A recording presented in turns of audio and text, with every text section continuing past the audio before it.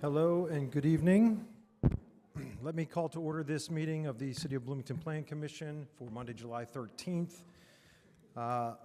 We have quite a bit of business to get through this evening. Let me just give a brief overview of the agenda. We do have some internal housekeeping items to take care of, including appointment of a new planning director and some updates to our rules and procedures that we looked at the last meeting. We have one petition that remains continued. That's sub 2026-05-0010. There's no consent agenda tonight. And the petitions that we will hear tonight will start with sub 2025-12-0051. That is the property at 2511 North Dunn Street. We will then hear three more petitions that are updates to the UDO brought by the staff. So with that, let's begin by calling the roll to make sure we got quorum.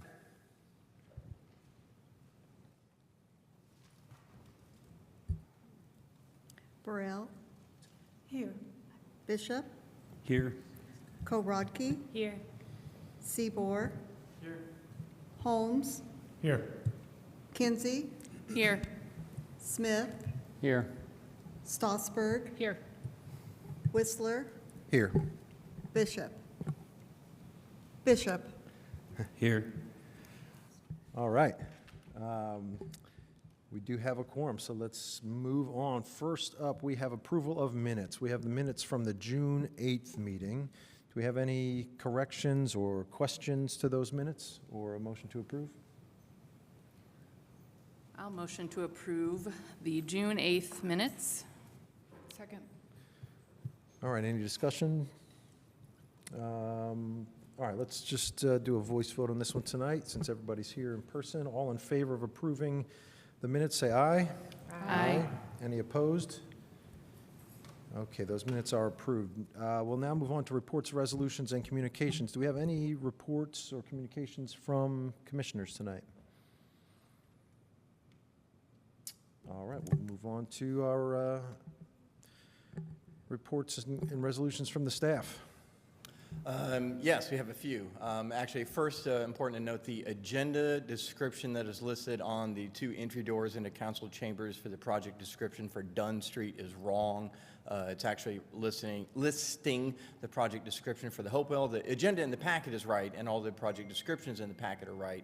It's just the agendas that were posted on the door, the description for the Dunn Street petition was wrong, so I just wanted to point that out. And then obviously moving through what's on the agenda, we do have three things under reports, resolutions, and communications from staff. The first on those is obviously the appointment of a new director or interim director, Lynn Coyne. As many of the Plan Commission members know, our former director, Mr. Hiddle, moved on to a different occupation in Charlotte where he will be working in the planning field. So we wanted to thank him and recognize him for his time. And then tonight we are appointing a new interim director to serve in his place, and so that is Lynn Coyne, and so there is a memo in the packet for that, and I believe the mayor might be speaking to that as well. Good evening, commissioners. I'm proud to be not only introducing Lynn Coyne as our prospective new interim director, but also welcoming Chris Smith back to the Plan Commission. Thank you for serving after your brief sabbatical. Lynn Coyne has served in many ways in our community, and as you all know, two of my priorities coming into office have been housing and economic development. And no single department impacts those two areas more than our planning department. We are sad to see David Hiddle go, and I am extremely grateful to Lynn for stepping up to serve the city in this way. Lynn has decades of experience on the development side and the real estate side, has been interacting with the planning department in the city for, I believe, most of his career, and has acted as a trusted advisor to many of our affordable housing providers as well as market rate housing folks. So I am deeply grateful to Lynn for coming out of retirement and serving in this interim role. He is ready to hit the ground running to implement the permitting audit that we just got back, and so I anticipate no gap in implementation. He's already been fully briefed and getting his feet wet with with that audit and intros to staff. So, Thank you. Do you want to say anything, Mr. Coyne? Well, thank you, Mayor, and it's great to see everybody. Some of you know me and my history. It's been long. But I have spent a great deal of time in my career in land use planning and regulation in one form or another, as well as economic development over the years. And it's because of that that I am honored and excited to have the opportunity to sort of take it to another level and work with you, with the planning staff, with other departments of the city and the community and the city council. So I'm really looking forward to that. I think what we'll do, of course, is continue the level of development services that's been going on, implement the provisions of the American Structure Point audit so that we can take that to a completely different level, as well as developing a communication strategy, both internally, again, with other developments with the city council and the community at large, so everybody has a role. So I'm very much looking to that, forward to that. The end goal, of course, is that we continue to provide for housing, jobs, and opportunities to invest in Bloomington. We're going to do this, it's not going to be easy because we are going to do it within the confines of the Uniform Development Ordinance. Any other applicable laws and regulations, that stays the same, that won't change. So we have our marching orders, so to speak, are already there. I also believe if we implement these changes and take additional steps, that we will also help maintain control over our future, which is very important. So I look forward to working with you in this process and coming back here and updating you on our progress from time to time. So thank you. I appreciate this opportunity. Bye-bye. Thank you. All right, so there is a memo with a resolution in the packet. Hopefully you've all had a chance to see that. And I think the requirement is that we vote on that resolution as it's in the packet. Is there any questions or comments from commissioners? Commissioner Strasburg. Thank you. I'm just wondering if we know how long the interim director position is going to last. I think that I saw that the director position had been posted, and then I was kind of surprised that we were then going to have an interim for a while. So are we expecting a 3-month, a 6-month, a 9-month? Does Mayor Thompson, do you have any idea? we have posted the position, but given where we are in the election cycle, we are not sure anyone will commit until they know who the next mayor is. And so we wanted to be sure that we don't put ourselves into a situation where we're understaffed in planning, which already is overloaded. And Lynn brings some significant expertise and systems management that can really advance us. Okay, so probably into next year then, in terms of election cycle? Again, we have posted it, but Yeah. we don't know what will come of it. Okay, thanks. Any other questions, comments, or a motion? I'll motion to adopt the resolution for the appointment of Lynn Coyne as interim director of the Planning and Transportation Department. All right, we have a motion and a second. Any final discussion before we call the roll? All right, let's call the roll on this one. Bishop, Yes. Burrell, Yes. Seaboard, Yes. Korodke, Yes. Holmes, Yes. Kinsey, Yes. Smith, Yes. Stossberg, Yes. Whistler, Yes. All right, motion carries. Congratulations and welcome. All right, we will move on then. I think next is revised rules and procedures, or did you have anything else before we get to that? Nope, moving right along to the adoption of our rules and procedures. So this has been on the agenda for the past 2 meetings or so. We've been working to make it a little bit cleaner copy so that everyone can kind of see what's changed from before and after. So a lot of the changes have just been removing old references, changes to the UDO that have been amended. And so just a lot of housekeeping. We haven't really done anything within the rules and procedures for several years. So the changes that we're proposing, you can hopefully have had a chance to kind of scroll through and see what's changed to get an idea of what you're looking at tonight. So we're happy to answer any questions. Yeah. Are there any questions from commissioners about the updated administrative procedures? Commissioner Stossberg.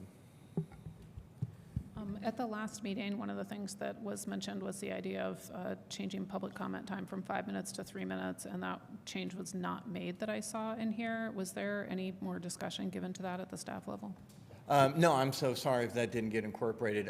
Yeah, if that's certainly something that the Planning Commission would like to institute, you can make a motion for that and we can include that.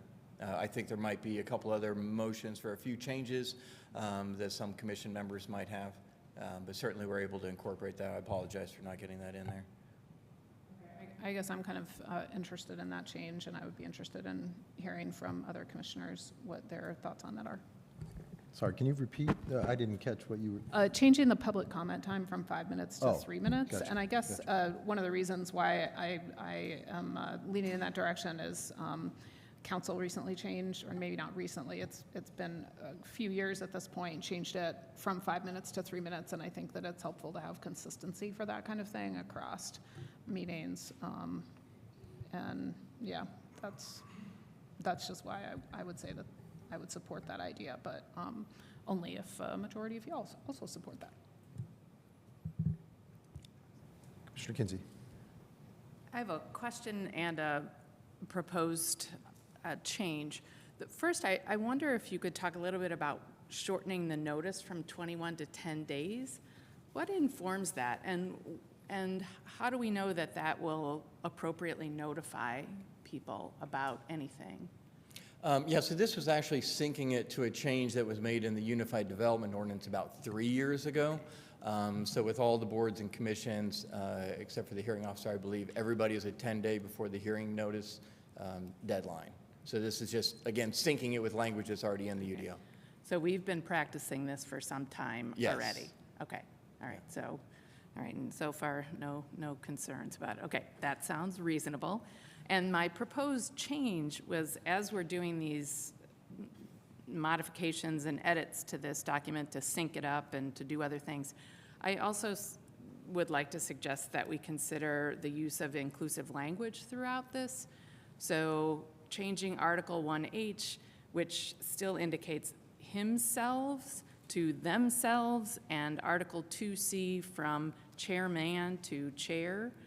And to me, that would be in sync with some other proposals and language that we have in other codes and administrative procedures. But to me, that it just seems kind of archaic not to have this inclusive language in this document. And since we're making these edits already, I'd like to propose that we make those two rather modest edits to the document to make it more inclusive. So that's my suggestion, if we can make that edit at the same time.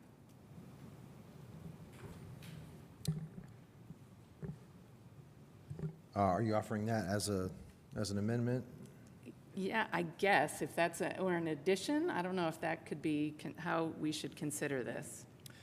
So ultimately, you do have to vote on this. So what I would recommend is, you adopt a motion to approve it with suggestions by Plan Commission Member Kinsey, by Plan Commission Member Stossberg, and then take your votes accordingly. Or you could vote to incorporate each amendment individually.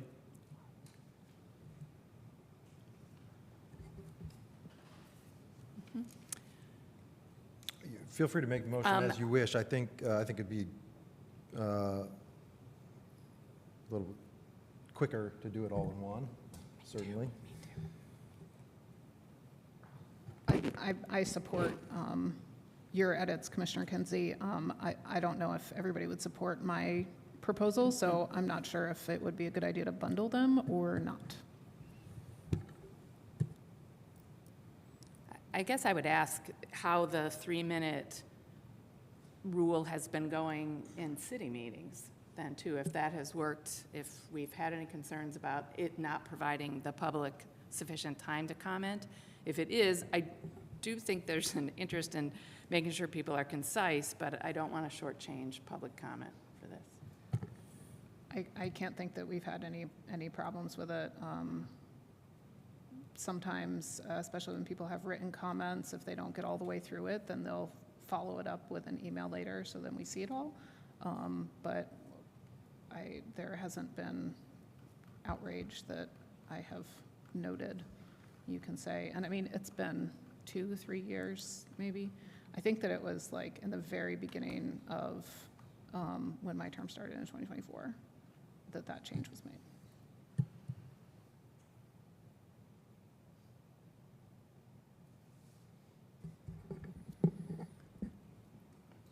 Well, someone needs to make a motion. Yeah, I mean, of I some guess sort. I would just add that I'm in support of both suggestions that have been mentioned so far, and I'll just note that for the Park Commission, public comment period is only 2 minutes.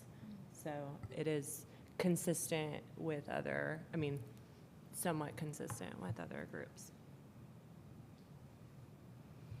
I know in the past, for some other meetings, we have actually counted the number of people in the audience or people here online who wanted to make comments, and then we altered the time to assure that everyone would get a chance to say something and changed it. If I recollect this correctly. Yes. I'll let them, I don't know, somebody can pull the minutes, but I know we did this when we had an issue, and I think it may have been during the UDO adoption where we reduced it to 3 minutes. And I sure hope that that was allowable when we did it. But it seems like something that we could do if we had a substantial interest by the public and just say, let's give more people a chance to talk for 3 minutes versus really exhausting everybody in the room by letting everyone go for 5 minutes. So, I'm a little bit torn because we could offer a shorter time frame through our own procedures. Am I completely misremembering this, Eric? No, that's correct. Anybody else? We can, of course, suspend the rules by vote of the commission at any time, which we frequently do to extend meetings or to modify the things like the public comment period. We have done that many times in the past. Yeah. So if I offer my opinion, in the BZA expedited agenda, we do 3 minutes, and people have been more concise and to the point, and they have, and their idea has come across, so.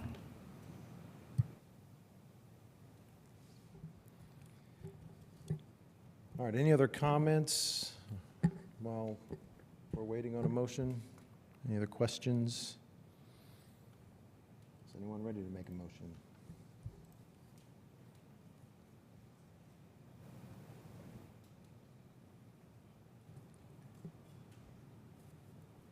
I'll motion the proposed edits to the revised rules and procedures with the addition of the use of inclusive language in Article 1H, changing himself to themselves, and in Article 2C, chairman, change it to chair, and to, in the public comment period, allow for 3 minutes for public speakers, for public discussion. Can you reference that by, Yeah, I that didn't have change that by marked. number? Yeah, let's see. Hold on one sec. 5 minutes. It is in Article 5, hearings B1. Is it- And 2. It was referenced in both of those. All right, did you get that? Yeah, Article Is that 5B1. Article 5B1. And 2. B1 and 2. Yes, in B1, it states public comment 5 minutes per speaker, and then in B2, it states it will be the responsibility of staff to keep time, specifically Yeah. a 5-minute time clock must Thank be you. displayed inside the meeting room. So both of those. Okay, does are- everybody understand the motion and the changes that are proposed? Is there a second for that motion? I'll second it. All right, any final discussion? It may be helpful, I think, just for maybe members in the audience tonight to know if that is something that you want to take effect tonight or effective, say, August 1st. Yeah, my inclination would be to have this take effect at the next meeting. I presume that doesn't need to be included in the motion when it takes effect. I don't think so. I wouldn't vote. Okay, great. All right. Do we need public comment on this motion?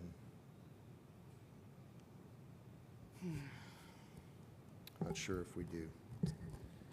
Yeah, I don't know that we need, that public comment is required on the fee schedule adjustment.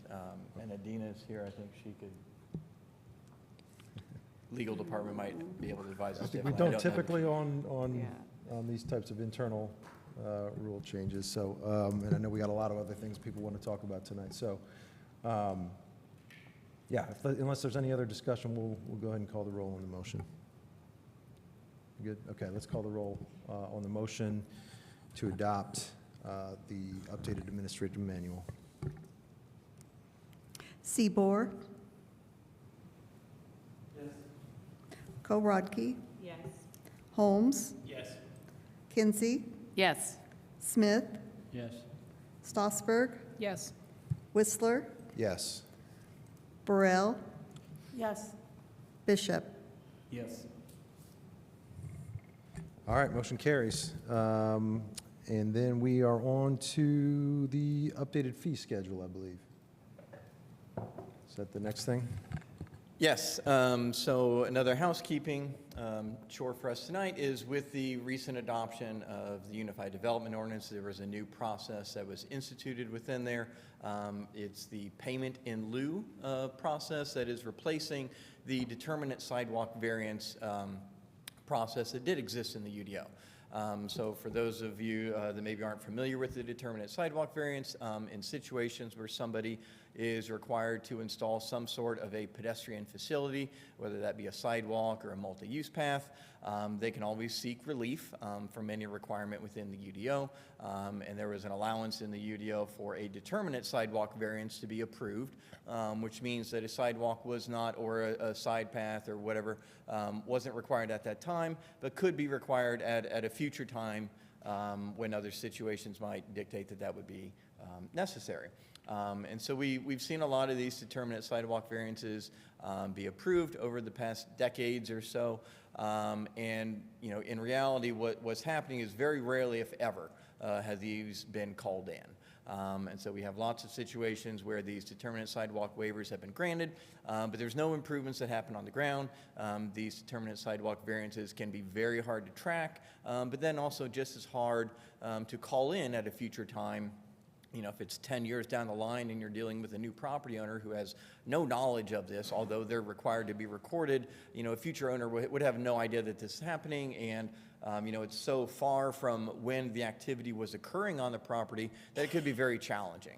And so these determinate sidewalk variances had existed on paper, but like I said, didn't really result in any improvements on the ground. And so there are other communities that do have a payment in lieu process within their zoning codes that allow for a different relief to be granted rather than a variance. There is a contribution that is made based on some dollar amount that then relieves them of the requirement of installing that feature. So with the incorporation of that process within the zoning code, we also have to set an amount for that material. So this would be applicable to situations where there is a concrete sidewalk may be required, a bike lane, a multi-use path, and so we have to set an amount in the fee schedule that dictates what that amount would be for concrete or asphalt. So we did some research on this. As I mentioned, there are 2 communities in Indiana that do have this process. Indianapolis has it, and they have a dollar amount of $90 a linear foot. The city of Valparaiso also has this allowance, and they use the full value of that improvement in their payment in lieu contribution process. It's important to note, in these communities, what triggers a sidewalk can be very different. In some of these communities, the people may go put in that sidewalk somewhere else. They may go put it on this property, but every community has different standards in terms of what triggers sidewalks.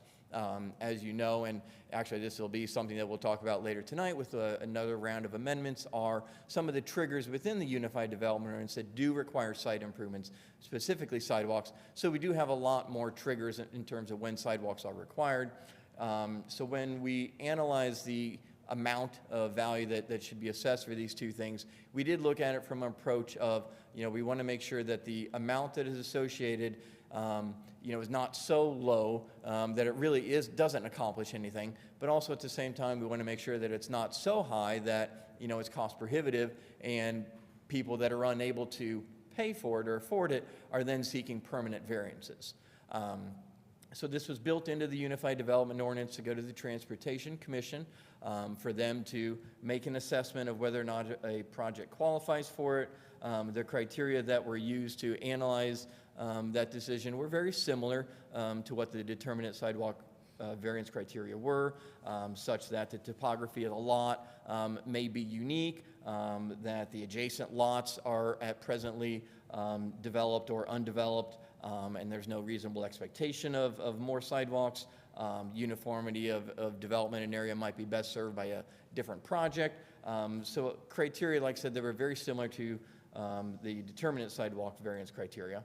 And so with this, as I mentioned, we wanted to suggest a value that is somewhat appropriate, that does result in some real improvements in terms of other projects, and this being a contribution, but at the same time was not so high that it was kind of cost prohibitive and really wouldn't be a viable option for individuals. And so we are recommending that the Planning Commission approve an amount of $15 a square foot for concrete, and $9 a square foot for asphalt. And then in our staff memo, we kind of gave an example of what that might look like in the real world of, a 6-foot wide sidewalk that is being installed on a 100-foot long project, which is a very typical, oftentimes project size. Certainly you're going to see a wide range of that. That would result in a value of $9,000 as that contribution amount. So this is just simply what staff is coming forward to with the suggestion.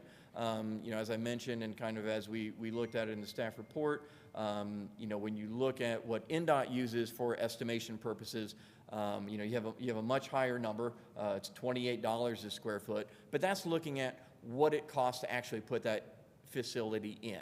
At $28 a square foot, you're looking at a value of almost double that $9,000, which can be very cost prohibitive for small businesses or other situations where these sidewalks aren't necessary based on the situation. So that's what staff kind of looked at and evaluated as we came into this. So certainly the Planning Commission can modify that number if they want, if they feel that something different is appropriate, but that is what staff is recommending in terms of the value and kind of how we came up with that. So with that, I'm happy to answer any questions. Thank you. Any questions from commissioners? Commissioner Smith, go ahead. So there was a text amendment recently that allowed a payment in lieu for sidewalks. Yes. What else? You said asphalt. Is that for a trail? Yeah, so in situations where somebody had to install a bike, so the transportation plan calls out for a variety of improvements based on what a typology is for a road. That could be a bike lane, that could be a multi-use path, it could be a sidewalk. It just depends on what the exact road typology is and what the improvement is. And so in situations where somebody is doing something on a property that triggers installation of that facility, they can either install it, or as I said, they can seek relief from that through the variance process. So, yeah. So, right, you can seek relief through the variance process. So what precipitated this text change? What event occurred that we thought this was a good idea to amend Yep, text? so what was happening is we were approving determinate sidewalk variances. We would do a handful of these a year, and like I said, these would result in no improvements on the ground whatsoever. So it's just something that gets recorded, that lives somewhere, that doesn't have any improvement to the community as a whole. So we wanted to have something better than nothing. So having the payment in lieu process gives a path for a contribution to be made that is less than the value of what it would cost to put in that thing, that could then be used to install other improvements within the community. So is this going to change our interpretation when we go get a variance? Because we can force them to pay us in lieu of getting the variance? No, so somebody always has the right. So before you go through that variance process, you would go to the Transportation Commission to see if you could utilize the payment in lieu. The payment in lieu is advantageous because it's less than the cost of actually putting in the sidewalk. So the Transportation Commission would look at whether or not it's appropriate to grant the payment in lieu process for a site. If they say yes, then they can utilize the payment in lieu process. If they say no, then the petitioner either can choose to put in the facility or they can seek a permanent variance. Does this mainly come about on vacant lots and existing subdivisions that don't have infrastructure, where you file for building permit and it's triggered a sidewalk? That's certainly when is this one. happening? That's certainly one example. Is a subdivision, an infill subdivision where it's mid-block, for instance, and you don't have sidewalks on either side. But as part of the subdivision, you're required to put in sidewalks, so that's certainly one example that could be utilized. Well, where else has this occurred? So, What's in happening with situations this? when there's a change in use on a property and there is no sidewalk, then you would be required to install it. If you have new construction on a property and there is no sidewalk, or there's a substandard facility, then you're required to bring it into compliance. There's a wide range of situations that could trigger this. So we made any changes to our use determinations? So that's later in the agenda today of, what are the triggers for change in use? Yeah, I understand that, but have we made any discussions on actual categorizing use changes?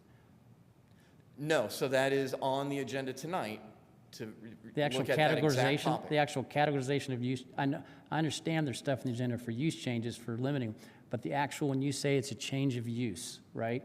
Yes. Anymore, it seems like anything's a change of use. Have we redefined what a change of use is to where like a doctor's office is no different than a veterinary clinic? Yes, so as I said, that is It's on in the there agenda today. for I just tonight. didn't read it. I didn't see it. I read through that. I didn't see it. Okay. All right. Okay. Thank you. Any other questions from commissioners?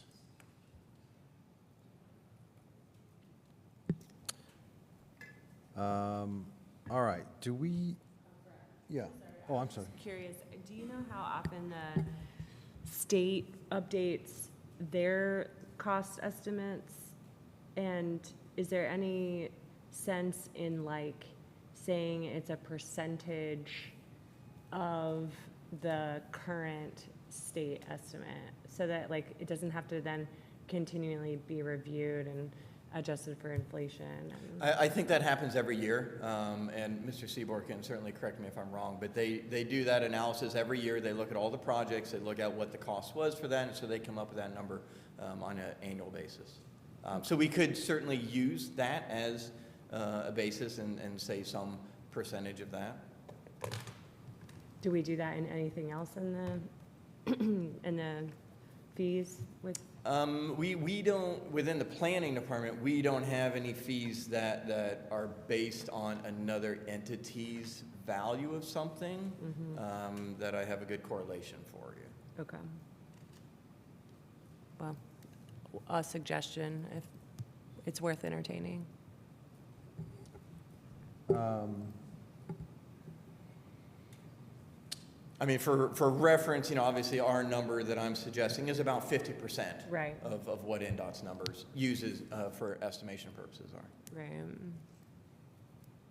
So I guess that'd be a suggestion is instead of having Yeah. to review it every year, Tie it to the NDOT we just schedule. tie it to the state rate at 50% or 53%, since that's, you're a little closer to that, at 15 of 28.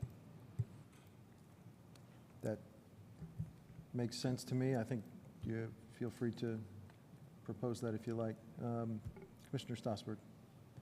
I guess I'm wondering how you got the $15 a square foot number, because that's, feels significantly less than the true cost of the project, and even less than Indianapolis's estimate. And of course, Valpo does the true cost of the project. And I mean, I appreciate your argument there, but I mean, we're also talking about sidewalk, like if I remember right, from when we changed the UDO to allow this, it was only in cases where it really didn't make practical sense for one reason or another.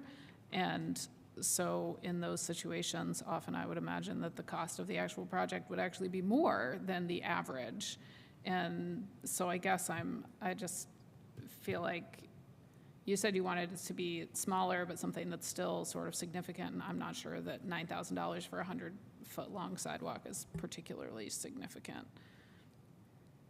Yep, so that's a great point, and kind of where we're trying to figure out of, we're obviously the full value of a sidewalk doesn't really accomplish anything because, somebody hasn't really sought any relief, but at the same time, trying to make it such that it's not too much that people can't afford it, and we're stuck listening, dealt with a lot of variances that are being applied for that are just based on a financial hardships that aren't really benefiting the property owners. And so we were trying to just balance that of, right now, determinate sidewalk variances result in nothing. Having them install something is X dollar amount, and finding something between there that, still resulted in improvement. It's a contribution toward a fund. It's not an expectation that this fully funds a sidewalk on another property. It's just something else that helps contribute to the fund that can be utilized for the city in the whole as we do projects. So it's just an improvement versus kind of the nothing that we are getting with the determinate sidewalk variances.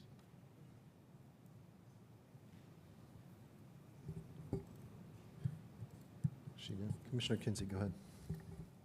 I appreciate the inclusion of comparison to Indianapolis and Valparaiso in here, and wonder if you can add anything to what they've learned. What have they gained from these provisions? Do you have any evidence that there were improvements to the number of sidewalks, or more sidewalks were available because of this? That's a great question, and I did not get into that kind of depth with the individuals there that I spoke to. I was just trying to understand how they came up with their amount. Indianapolis, they don't have a change in use process, so their triggers for sidewalks are much less and different. So that higher dollar amount, that's going to be in the more extreme situations where you have to do a sidewalk. So they weren't trying to, I think, balance because they don't have as many triggers for them. Mm-hmm.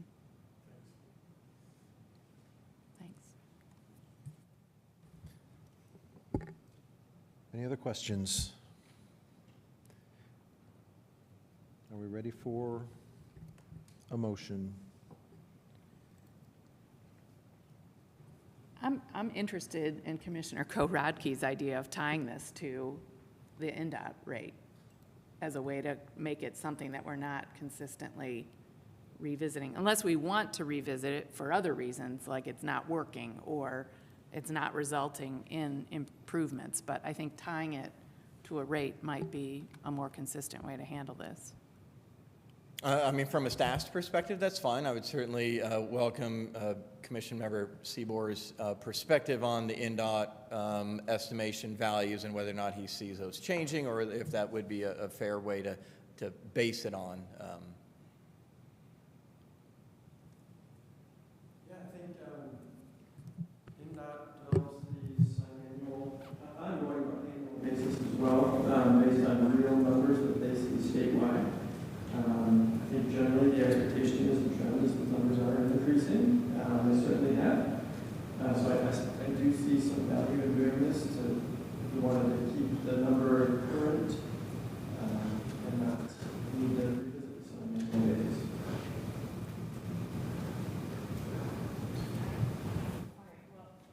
motion that we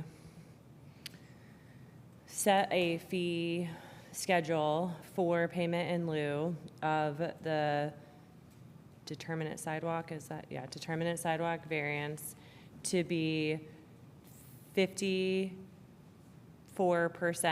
of the NDOT posted average. I don't know if I said that very well, but there you go. Someone can word. Second. All right, so we have a motion and a second. Commissioner Stossberg, do you have a question? That would currently be $15.12. Is it worth it to not do that simply because it's around, like, to make it a round number as opposed to pennies off? Like, I don't know. Well, I think it only comes into play once the staff is then calculating the fee. So if they said, oh, it's going to be, $3,645, then it would just be that. Does staff care about change at this point? I'm sorry, do we care about? Do you care about the, having pennies added onto things, or would you No, rather have round it doesn't. numbers? Obviously, we're not counting out change, and it's just, a check that is written, and it's just based on the linear amount of our frontage. So, it does not have to be an even number by any means. That doesn't change anything in us. All right, any other discussion on this motion? Commissioner Smith, go ahead. What was the motion we just made? Which option is this? What are we? So the motion is that we set the amount for concrete and asphalt to be equal to 54% of the published NDOT values, rather than a hard-coded amount as staff had previously proposed. Explain the 54%. Is that where that 15 and 9 comes from? That's roughly where, So what nothing that would really be today. changed. So that just basically is saying that this will update annually as NDOT updates their numbers, our Okay. numbers will follow. Okay. Any final discussion?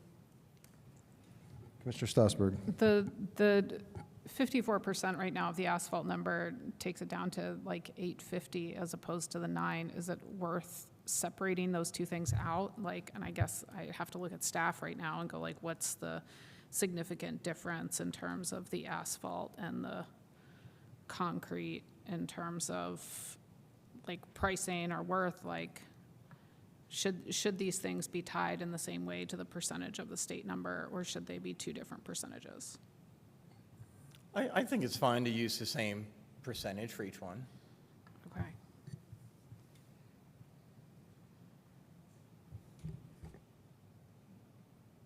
Any other questions or comments? All right, let's call the roll on the motion. Korodke, Yes. Holmes, Yes. Kinsey, Yes. Smith, No. Stossberg, No. Whistler, Yes. Burrell, Yes.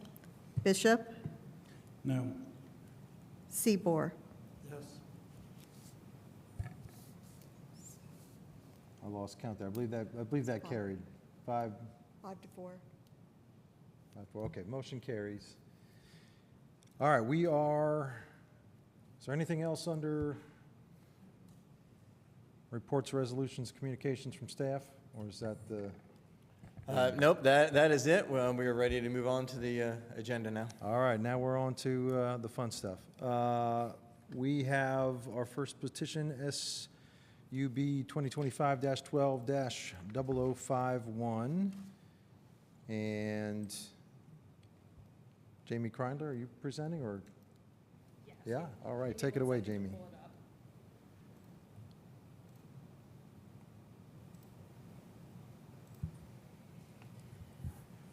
All right, Jamie Kreindler, Senior Zoning Planner, and this case was last before you last month on June 8th, and it's a request at 2511 North Dunn Street for primary plat approval for 14-lot subdivision of 4 acres with 3 common area lots and 11 residential lots. And this is in the residential medium lot R2 zoning district.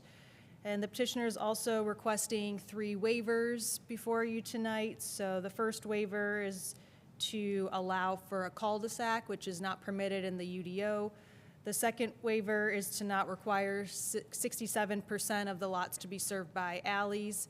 And the third request is to amend the riparian buffer easement language.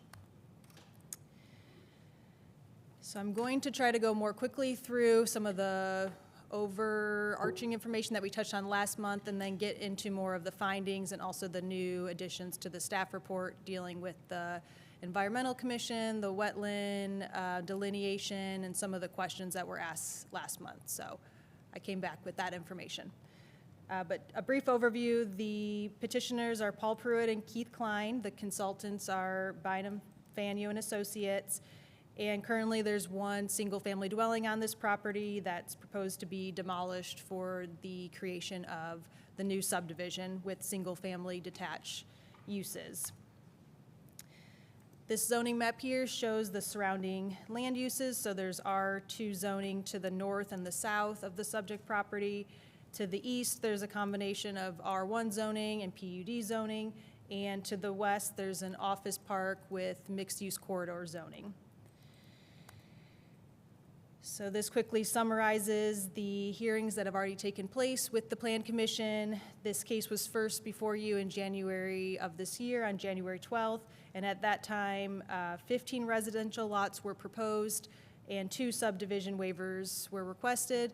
So that's since been revised to reduce the overall number of lots and to modify some of the waiver requests, and now there are 3 subdivision waivers. This case was also at the Board of Zoning Appeals in February of this year, on February 26th, and there were 7 variance requests. 4 of those variances were approved, 3 of them were denied. The ones from minimum lot area, minimum lot width, and minimum side building setback were denied, so the petitioner after that hearing revised their plan, and that impacted the overall number of lots for the subdivision. I'll also share that on June 17th, there was a motion to stay, and that motion was denied. So that's new information from the hearing last month. As far as the Environmental Commission's involvement in this project, the proposed development was presented to the Environmental Commission Plan Commission in December of last year, and then it was sent back to the Environmental Commission in January and February of this year. And the Environmental Commission declined to comment on the proposed development at that time. So we've not since then asked for additional feedback from them, since in the past, on multiple occasions, they've chosen to not provide comment. So the current plan has not been seen by the Environmental Commission, but what we've seen in the past is that when we've given them the chance to provide comment, they chose not to do so. As far as the wetland delineation, the UDO has a definition for a wetland, and I'm not going to read it out loud, but it's on the screen. It's also in the staff report. And there was a site visit with the senior environmental planner last fall. There's 3 conditions that have to be met to classify it as a wetland, and those conditions were not found to be met. So this site has not been regulated as having a wetland. It has been regulated as having an intermittent stream, and there's a definition for that in the UDO. So that's how the department has handled this case. We've not required there to be a wetland delineation report because we did not find that the definition of the wetland was met. There are other entities, state and federal agencies that have jurisdiction over wetlands. So if they found that there was determined to be a wetland on the site, their requirements would still have to be met, and that would, the local regulations would be applicable in that case. But at this time, we've not seen that to be the case. As far as the riparian buffer easement language, that is the new waiver that's being requested. So on the left is what the UDO's language currently states for riparian buffer easements. And on the right is how the petitioner's requesting that the language is amended. And this is really to resolve any conflicts that might exist between City of Bloomington's regulations when it comes to drainage allowances and drainage maintenance, and the UDO's requirements when it comes to the environmental factors like the riparian buffer and tree preservation and those criteria. So this amendment would would still prohibit land disturbing activity except in the cases when CBU needed to do maintenance on the property, and that's for the purpose of drainage. So I just wanted to provide a little bit of clarity on that. The proposed plat is fairly similar to what you saw last month. There are just a few couple changes with the setbacks. Those have now been corrected on the plat. Before it was 5 feet, which was incorrect. It's been corrected to show the 8 feet, which is the R2 standard. And that, I think, is actually the main change on the plat. This cul-de-sac exhibit was before you last month as well, and that has pretty much stayed the same. So the petitioner is requesting a waiver to allow for a cul-de-sac instead of extending the road all the way to the western boundary. And the site plan is largely the same as well. On the landscaping plan, they did make a few minor changes, adding some additional tree plantings and changing out some of the species, but those were pretty minor changes overall. As far as City of Bloomington's comments, last month they did have some comments and some items that needed to be addressed. As far as we are aware at this time, there are no major issues that have been identified by CBU. So the sanitary sewer service is being provided through a connection to the south, so that is a change on the plan. The water service is provided through existing water lines on Dunn Street, and prior stormwater comments were addressed in the most recent review and appear to be acceptable. CBU stated that they may have some minor comments as this project gets closer to construction, but none that would affect the Plan Commission hearing tonight. And Phil Peden from engineering at CBU is here per your request, and he's available for helping to explain the CBU perspective and answer any questions.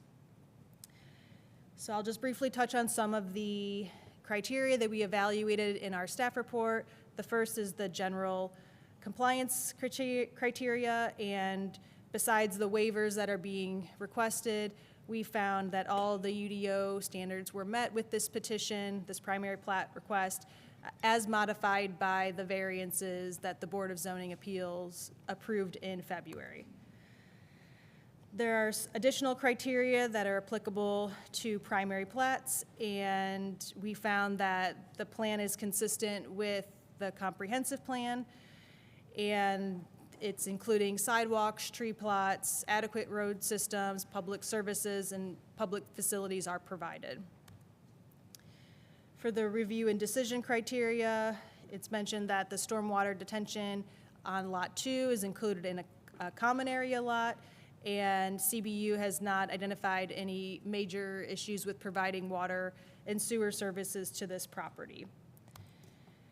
And then for the 3 subdivision waivers, there are certain criteria that have to be evaluated, so I'll just go through each of them pretty briefly. For the first one, the lots served by alleys, this waiver will allow for more tree preservation and a buffer between the adjoining properties, especially to the south. The unique condition with the property in this case is that it's long and narrow, and overall there's a lower number of drive cuts, so it's accomplishing something similar to what the alleys intended to accomplish as well. And then for the subdivision waiver from the easement language, as I mentioned before, this is intended to accommodate both the drainage allowances and maintenance required by CBU and the environmental preservation requirements in the UDO. And the riparian buffer really is the unique condition in this case, taking up a fairly substantial portion of the northwest corner of the property, and that's why the easement is required. And then lastly, with the cul-de-sac, the planning department is not supportive of the cul-de-sac waiver. The department is supportive of the road connection to the western boundary of the site to allow for potential connectivity in the future. And we did not find that there was a peculiar condition as to why the cul-de-sac needed to be installed in this case. So that is a summary of the staff report. The department is recommending that the Plan Commission adopt the proposed findings, approve the waiver request to not require 67% of the lots to be served by alleys, approve the waiver request to amend the riparian buffer easement language, and deny the waiver request to allow the cul-de-sac. And there are two conditions in the recommendation. The first having to do with the Board of Zoning Appeals approval, and then the second having to do with final acceptance from CBU, which is required prior to permitting. So with that, I'll turn it back to the Plan Commission, and happy to answer any questions. Thank you. Is there a representative of the petitioner who'd like to present tonight?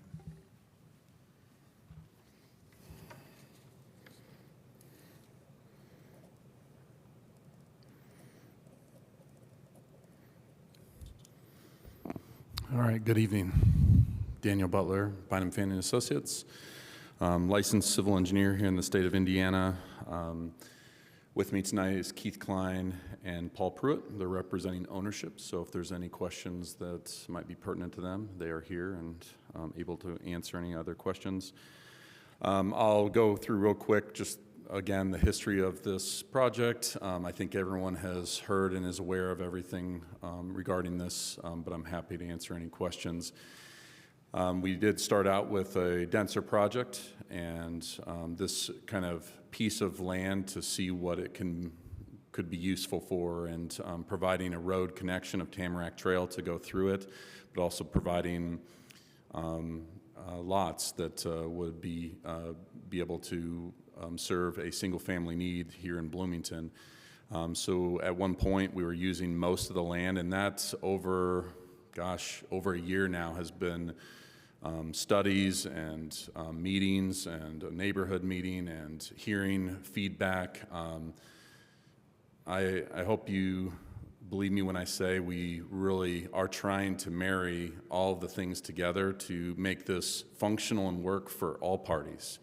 And I hope the neighborhood would also believe me when I say that, that we're trying to make this a project that now is R2 zoning. That's what it's zoned for now, so it's not as dense of a project.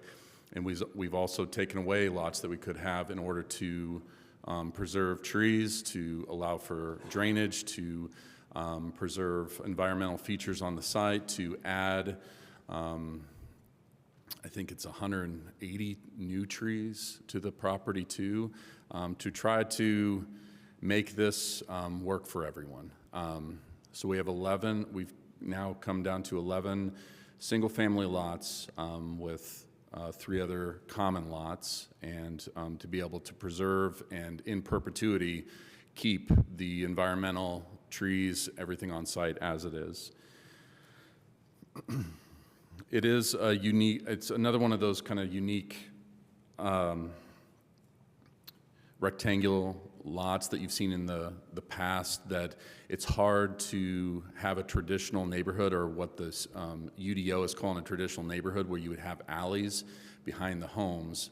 I don't think anyone here would say that they want those, at least from probably the adjoining neighborhoods. And so I won't go through too much of why no alleys on the perimeter of the properties, but we're also asking for the riparian buffer language waiver with this tonight. And then, of course, I assume probably the most discussion will be around the cul-de-sac.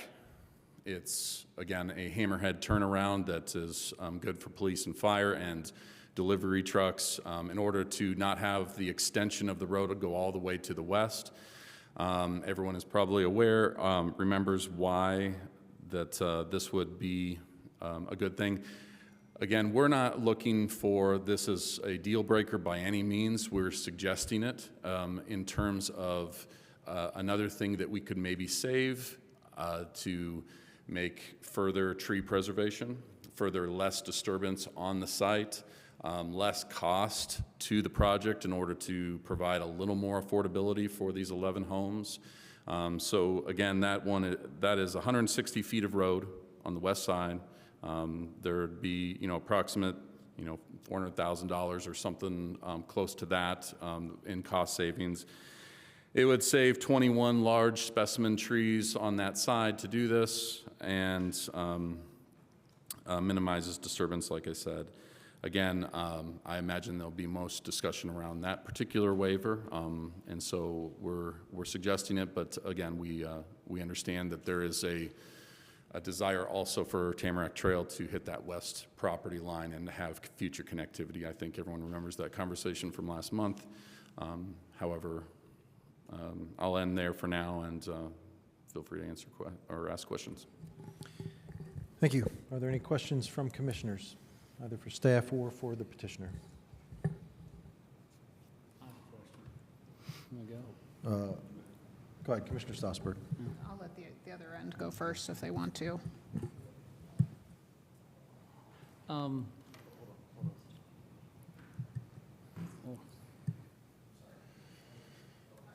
I was going to let the other end go first. Go ahead, Commissioner Smith. I forgot my reading glasses. When I zoom in, it goes blurry.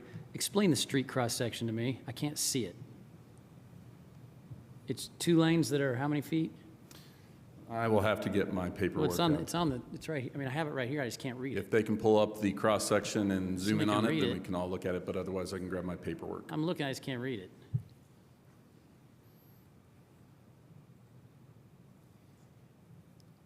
She says she's bringing it up, so I don't have to go back to my seat.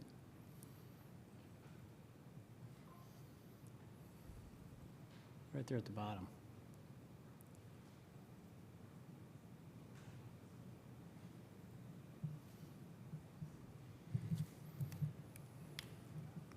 Travel lanes are, parking lanes are. Can anybody read it? Can you read that? I don't know. Just what the driveway is. Andrew, do you know? I think it's a neighborhood cross-section, isn't it? Like a neighborhood street? Yeah, looking at the plan set shows essentially a 1-foot gap between the property line and a sidewalk, 6-foot wide sidewalk. Looks like 9-foot tree plot, curb and gutter, 10-foot travel lanes, 2 10-foot travel lanes, plus extra space for parking on both sides. So essentially 4 feet on each side, but because of the narrow nature of the road, the transportation plan says, I think that matches the transportation plan, and that just goes on to the other side with, again, curb and gutter. Well, no, what are the travel lane widths and what are the parking lane widths? The travel lane widths are 10 feet, and there's an extra 4 feet beyond the travel lane width to the face of curb on both sides of the road. So the cross-section is not to scale. So I thought they were required to have on-street parking, no? They are. I guess I'll keep answering the question. The transportation plan suggests that for low-volume local streets like this, you can have on-street parking if you have, on both sides, if you have a 28-foot wide roadway surface. So this is consistent with that section per the transportation plan. Well, that's good. Okay. All right. With regard to the hammerhead turnaround versus the connecting roads, I understand connectivity, and I looked at what it was connecting to. 160 feet of asphalt, impervious surface, 28 feet wide. That adds $400,000 to cost. That's $35,000 a lot. We have an attainable housing problem in this community. 11 lots on 4 acres is ridiculous. There should be more here. These are going to be expensive homes, and it's not, I mean, I'm for the petition, but I just want to say out loud that this is what's wrong with our UDO, is that we can't build attainable housing in this community, and it's getting tiring. My daughter graduates from IU next year, and she's going to leave this town because we don't have attainable housing. I wish there was more lots here. I wish I would have not dropped off Plan Commission, but I had to. So I think we should not build that road through. I think we should do a hammerhead turnaround. I think we should reduce the cost of this petitioner and try to get the cost of these houses down. Also, the climate action plan, all of our codes talk about maintaining our natural resources, using them equitably or reasonably, or our scarce resources, using them properly. To pave this road and to put in these sidewalks all the way to the adjacent property line at a cost of $400,000 isn't assisting anybody, and it's not using our resources that well. So that's just my comments. I don't think we should require them to build the road. I think we should give them the waiver for the cul-de-sac. All right, let's try to keep it to questions at this phase, and we'll have comment later. Any more questions on this end? To my left, Commissioner Stossberg. Thank you.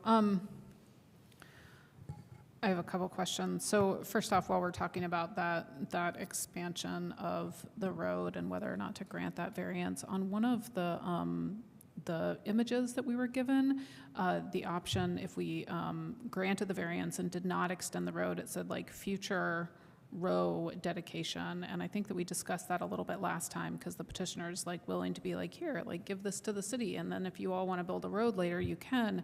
But I'm confused about whether that variance would actually come with that road dedication, because there's an issue of maintenance and liability if we do have that road dedication. So can staff address that? Like, if that variance is granted, would there be that road dedication that the city would have to deal with? Yeah, so if the Plan Commission granted the waiver to allow for the cul-de-sac, we would not want to have that right-of-way dedicated for those reasons that you just said. And amongst other things, I don't see a scenario where the city would be spending money to go in and put in a road or a facility in that area. Okay, so does that road dedication come with that waiver right now then? So if we grant the waiver, okay. They're separate things. Yeah, they just show the right-of-way as, here's something we would give, but we don't desire it in this case. It's not a benefit. Okay, great. And then for the petitioner on the same time, one of the other things that we talked about last time in this series was the idea that you also wouldn't need that waiver if you had a road attaching to the north property, in the theory that if that ever got developed. Was that something that you guys explored at all between the two hearings? Yeah, we looked at it again, and it is something that's, taking that road all the way to the north. We just don't see a lot of connectivity over there to those backyards, and there is a current kind of drainage area. There's a drainage way on the north side of the property, and then there's another drainage way just to the property to the north. And so for those reasons, we didn't draw something up per se. We did look at it, and we felt that going to the west, if anything, would be the best solution if we chose to take a connectivity. Plus Tamarack Trail on the kind of the future road plan, that's the direction that it went. Yep, okay, great, thanks. And I have one more question that's about something different, unless anybody wants to carry on with that. Please continue. Okay. So last time, the other thing that was concerning was the sewage access, and through that, I guess there was a Glendora property that you all have to get right of way in order to connect to the sewage. And it seems to say in here, like, all of that's fine, but is that actually fine? And do you have those permissions to connect yet? Yes, we do, because we went in a different direction. Okay. There was a purchase of a property on Glendora at the very east end that did not go the same route that it did before. And so we decided to go that direction instead and have connectivity to Glendora public sewer there rather than the original directions. And so now we are, yes, approved for that direction, because it is not going through a property that we don't have control of. Okay, great. And then kind of on that note, especially since we have a CBU person here, there has been through this, I'm not sure where the CBU person is, but there's been lots of discussion with this petition with regard to challenges in that neighborhood with regard to their sewer and just the volume and the older infrastructure that's in there being able to support these new structures. So could you speak to that at all? Sure. Again, Phil Peden, CBU, Assistant Director of Engineering. So this has 11 lots, and so if you look at the existing system, it's an 8-inch vitrified clay pipe. That running at minimum slope could handle over 300 homes. So what they're tying into has plenty of capacity there downstream. Okay, and what about the issues that, I mean, maybe you don't know about any of the issues that neighbors have brought up in terms of the leaks, the smell, the, all of that kind of, those sorts of issues. Are you familiar with? I am familiar with some odor complaints, and we've been pursuing that. We've put some gauges out in the system there to try to determine where those smells are coming from, and we believe it's from some off-site lift stations where they discharge further upstream of Matlock Heights. So we're pursuing that and working with those owners of those lift stations to try to correct that. Okay, but this new development shouldn't have a continued negative effect on that issue? No, I don't believe they're going to contribute any more than any other home in that surrounding area. Those are from, again, a long detention time in a lift station where it sits before it's pumped and then sits in the force main a long time and then finally discharges into the gravity system. Okay, thanks. I'd like to just follow up, Eric, on some of the question about the right-of-way here, because I'm not sure I understand what the city's position is on this. You're saying, correct me if I'm wrong, but I think you're saying you would not want the right-of-way dedicated if the road weren't built? Correct. If the decision is made to stop the road at a certain location, we would not want that right-of-way dedicated beyond there because it just brings with us a responsibility and a liability for that land that the city owns. So if there are issues of trees that are coming down or maintenance problems, that would fall squarely on the city or taxpayers to fund. But how is that different if the road were built? If the road's built, the city's got to maintain it, right? Sure, but it's got improvements within there that, we accept, So there are situations where folks dedicate right-of-way, and they build those required improvements within there. But in terms of areas within the city where there's right-of-way dedicated and don't have any improvements, in general in this situation, like what would be the benefit?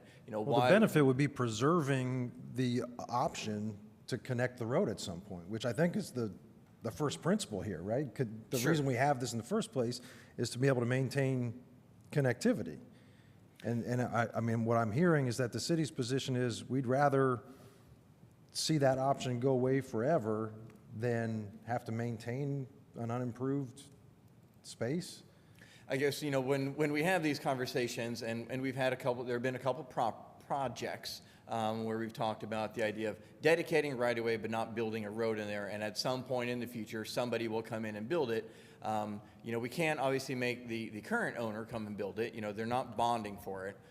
So to dedicate right-of-way with the intention that at some point in the future, the city or the taxpayers would fund that on their own, that's very taxing on city resources. If we want the road to be built, build it now. If not, then allow all of that to be in common area and owned by the owners there.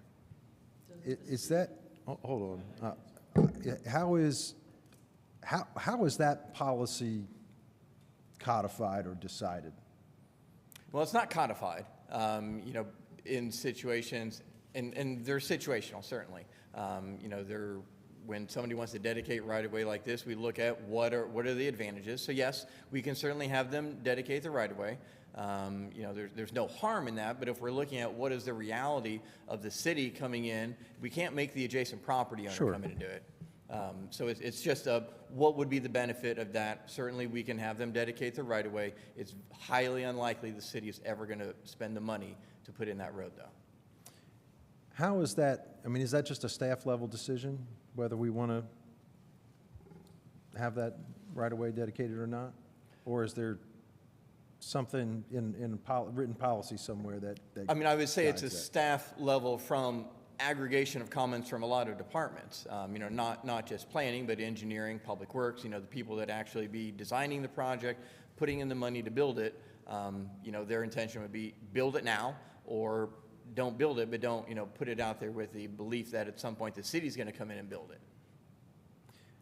If we wanted to do what we just did for sidewalks, right?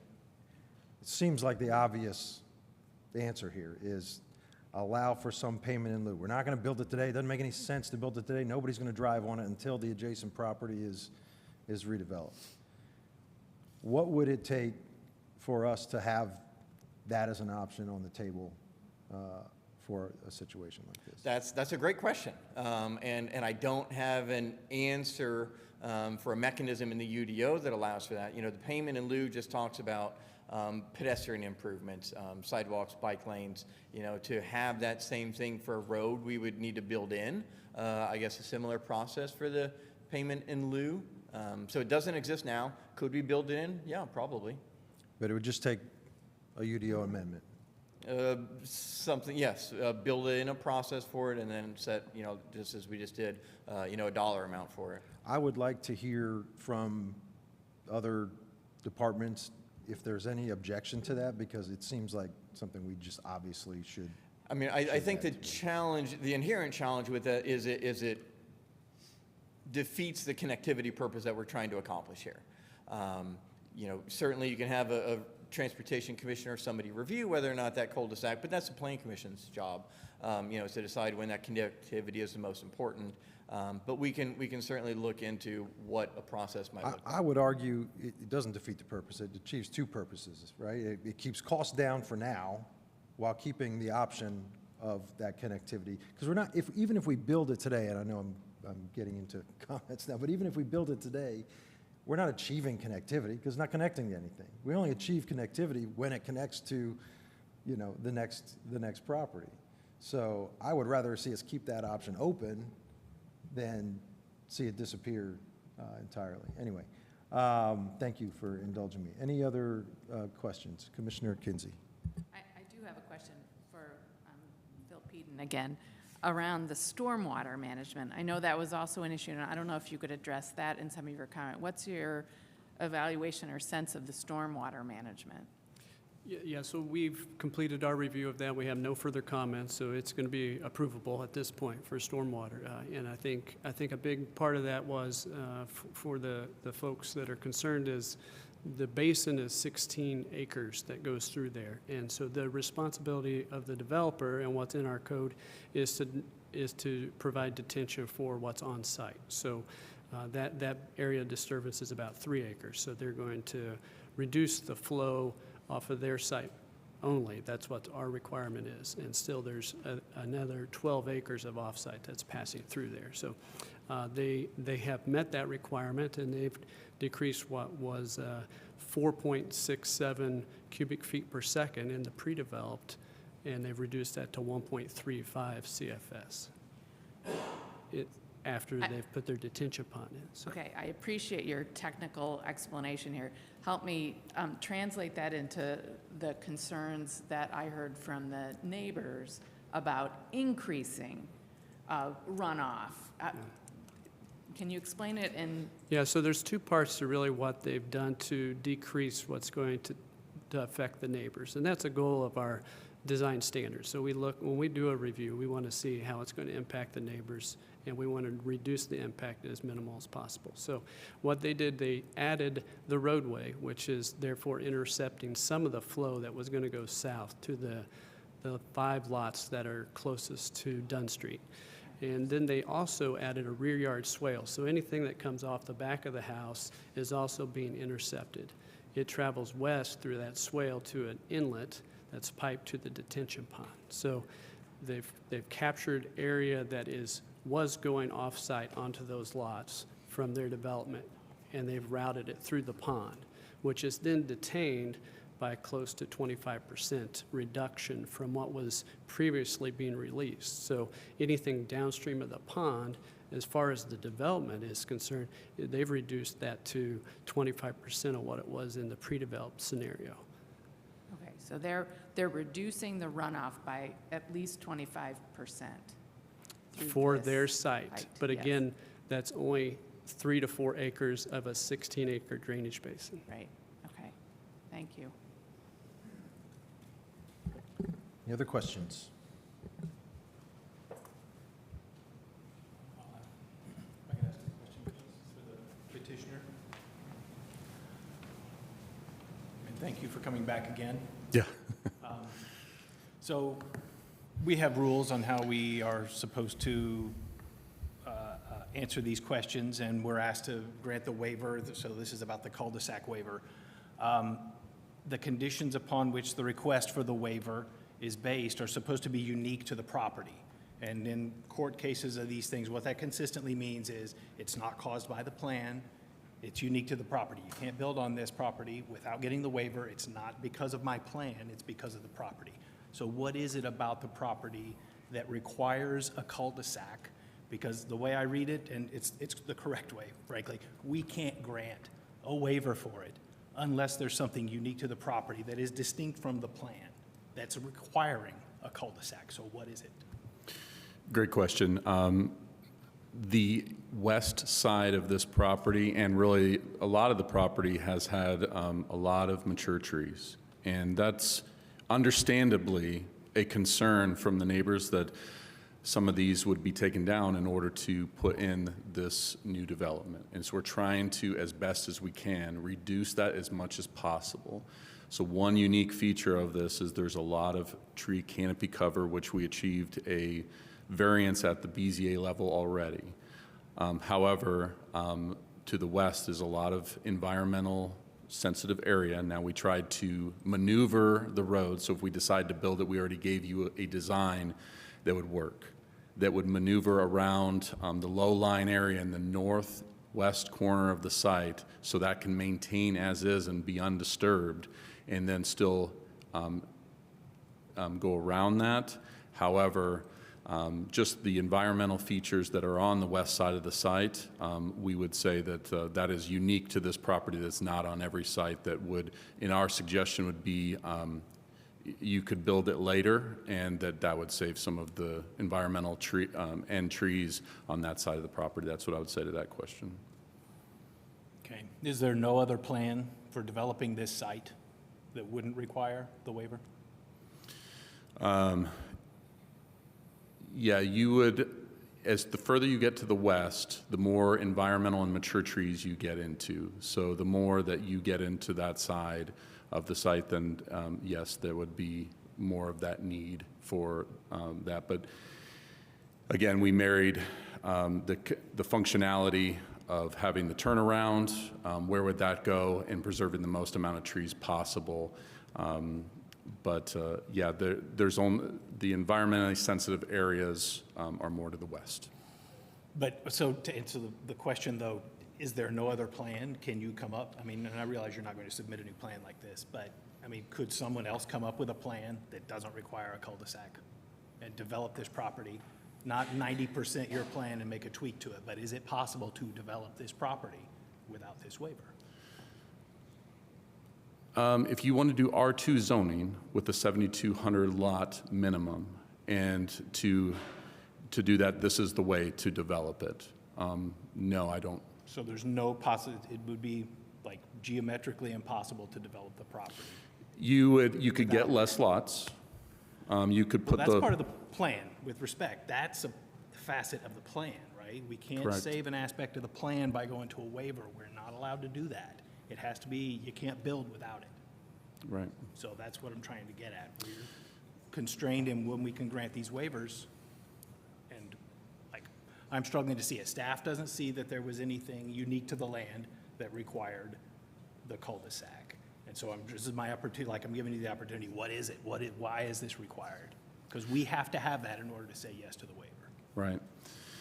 I think that would be my answer to that still, that in order to have an R2 zoning here, now we've talked about this in previous Plan Commission sessions, that you would only get 1, 2, 3 lots at the most because of need for other waivers then, in order to achieve, having several connections to Dunn Street rather than having a central road that then connects, the overall development. So when I say there is no other way, there is obviously other ways to design it, but this would be the way that lines up engineering-wise to Tamarack Trail that's already there, and then having to avoid the most amount of environmentally sensitive areas on the site and avoid the most amount of trees. I think we achieved that.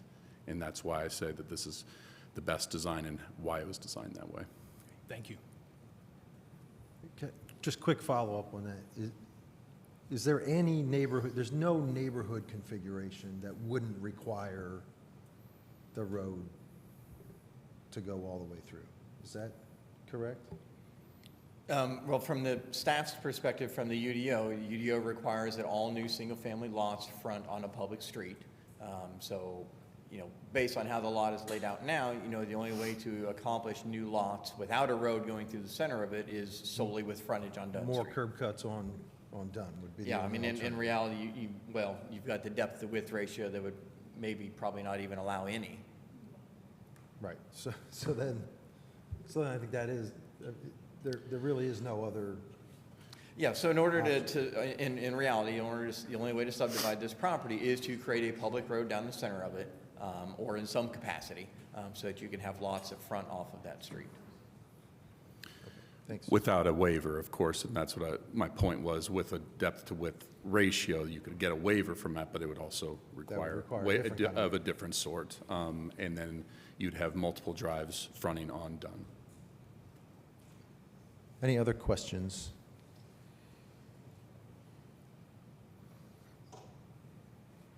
All right. We will then go to public comment on sub 2025-12-0051. If you are here in the chambers and you would like to make comment, just make your way up to the podium. State your name for the record, please, before you start making your comment. There is a little sign-in sheet there as well. If you're joining us online and you'd like to make comment, you can click on the reactions button and raise your hand, or you can send a chat message to the meeting host, and we will recognize you when it is your turn to speak. And we will allow 5 minutes per speaker tonight. And there will be a timer up on the screen, so you can keep track of where you stand. Go ahead, take it away. Thanks. Hi, Jason McCauley on behalf of many of the concerned North Side neighbors, many of whom reside in Matlock Heights.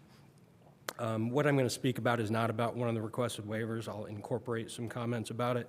But this is fundamentally one issue that I want to talk about, and it's about a wetland that everyone refers to as a wetland, but nobody wants to figure out whether it's actually a wetland, because no one wants to do a wetland delineation, okay? There was one visit in October of 2025 by our environmental senior planner, and at that time she found that there was a substantial amount of water and wet soil, and that the area was retaining water. There are 3 indicators that have to be found. Actually, let me back up. There are 3 indicators of a wetland, only one of which has to be found for it to be indicative of the UDO to require a wetland delineation. One of those was found. But instead of requiring a wetland delineation, there was later on a determination based upon that one visit that no delineation was required, okay? So I also want to address, there's a letter that was addressed to members of the commission that stated that it's not your obligation and you're not empowered or have the authority to require a wetland delineation. That is incorrect. You have the authority under your general provisions under section 2660B3E. You approve with conditions, or deny based on the general approval criteria and the flood standards. You're not required to do anything just because of the flood standards. This is under your general approval criteria. And those criteria require you to find that this plat minimizes adverse impacts to the natural environment, expressly including water, stormwater management, and soils, and the stormwater facilities are adequate. Those findings must rest on competent material and substantial evidence. The record before you right now is devoid of that, okay? There's a June 12th of this year, the applicant's own professional engineer described the feature that receives this project stormwater as a wetland. The environmental planner described this feature as a wetland. Now, we discussed this at the prior hearing, that a wetland, just because we call it is, there has to be a delineation to figure out if it's in fact a wetland. Everybody has turned their head away from this for one reason or another. They don't want to ask the question. They don't want to do the report. On behalf of my clients, I reached out to counsel for the developers, and we offered to hire at our cost a certified soil scientist to do the wetland delineation. We asked for access to do that within a 30-day time frame. They declined. Why this matters is that the stormwater and the plat that's put before you is that the stormwater discharges into this wetland. Under the code, section 200430G says that stormwater discharge into a wetland may not be increased over or substantially reduced below its pre-existing rate. You don't have those numbers in front of you because we don't know that it's a wetland or not. But the UDO requires you to know that because we have different rules if it is a wetland. We're asking you to do one thing. You've got a condition that was placed in front of each of you. You have the authority to order a wetland delineation. We have offered to pay for it. That condition is very succinct, and it is in front of you, and we're asking you that if you do approve this plat, that you approve it conditioned to the petitioner performing a wetland delineation to make sure, because there's no going back. Once they start feeding water into this and they've ripped out the trees and the detention facility is constructed, there is no going back. We can't do it after the fact. This will not set them back in the sake of housing and having affordable housing. This is not going to be a delay. Between now and their secondary plat approval, this can be performed. And it can be performed with no harm to the petitioner. There will be no cost to the petitioner. The Northside neighbors have willingly offered to pay for it. And so we would ask that if you do approve this plat, that you do so subject to the condition that's put before each of you tonight. Thank you very much. Thank you. Is there any additional public comment?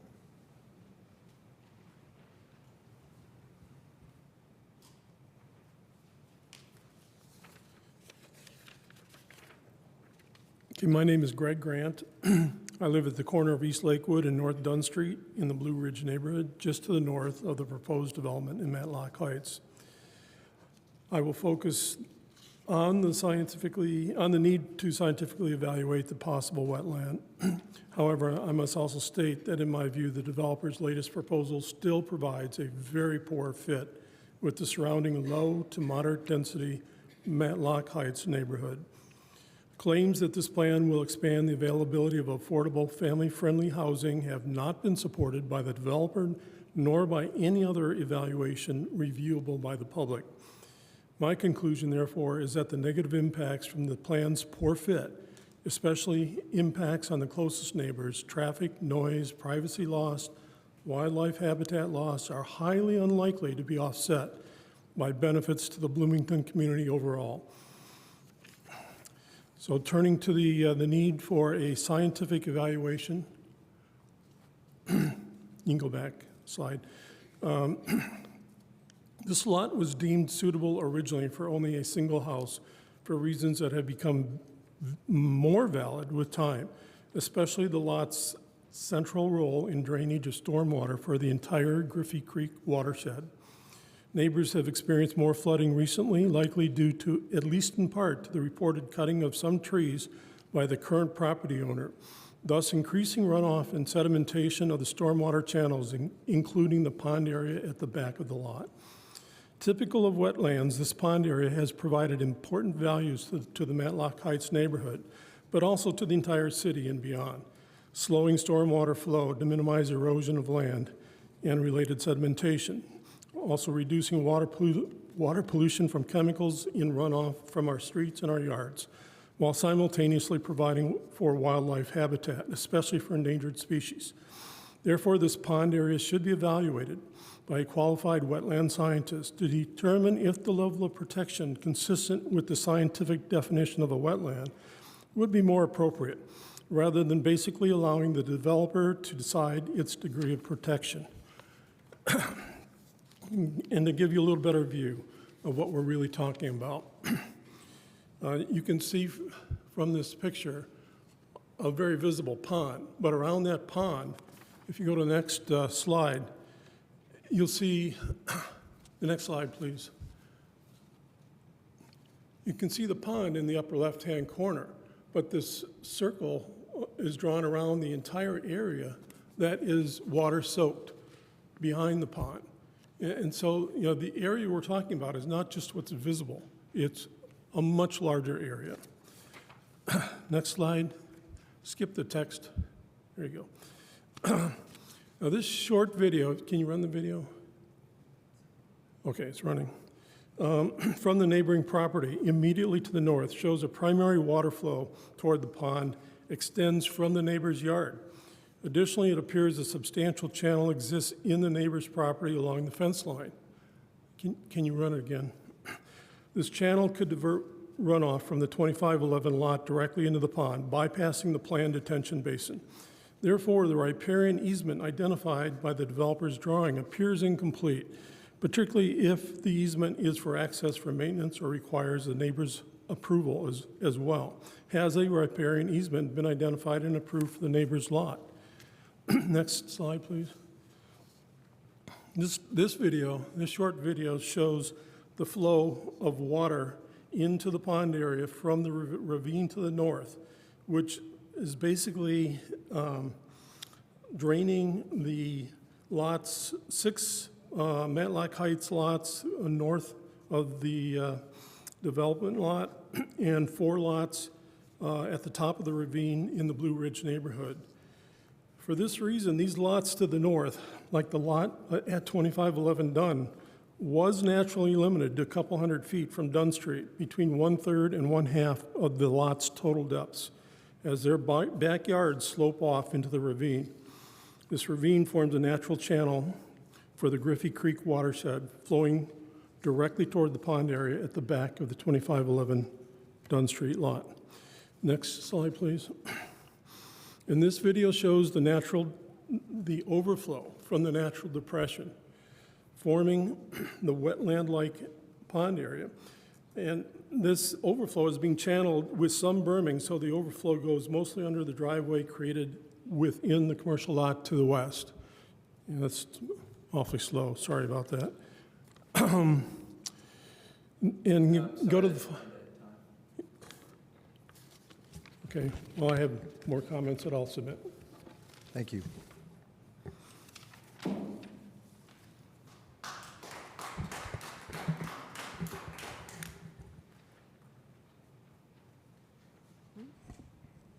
Hello, my name is Julia Livingston, and I live at 2641 North Dunn. I am part of a group of neighbors that you see here tonight who have come together in a very sustained effort to protect the character, beauty, and peace of our neighborhood, the value of our properties, and the environmentally sensitive land and native trees that make up what our neighbors like to call Sinclair Woods.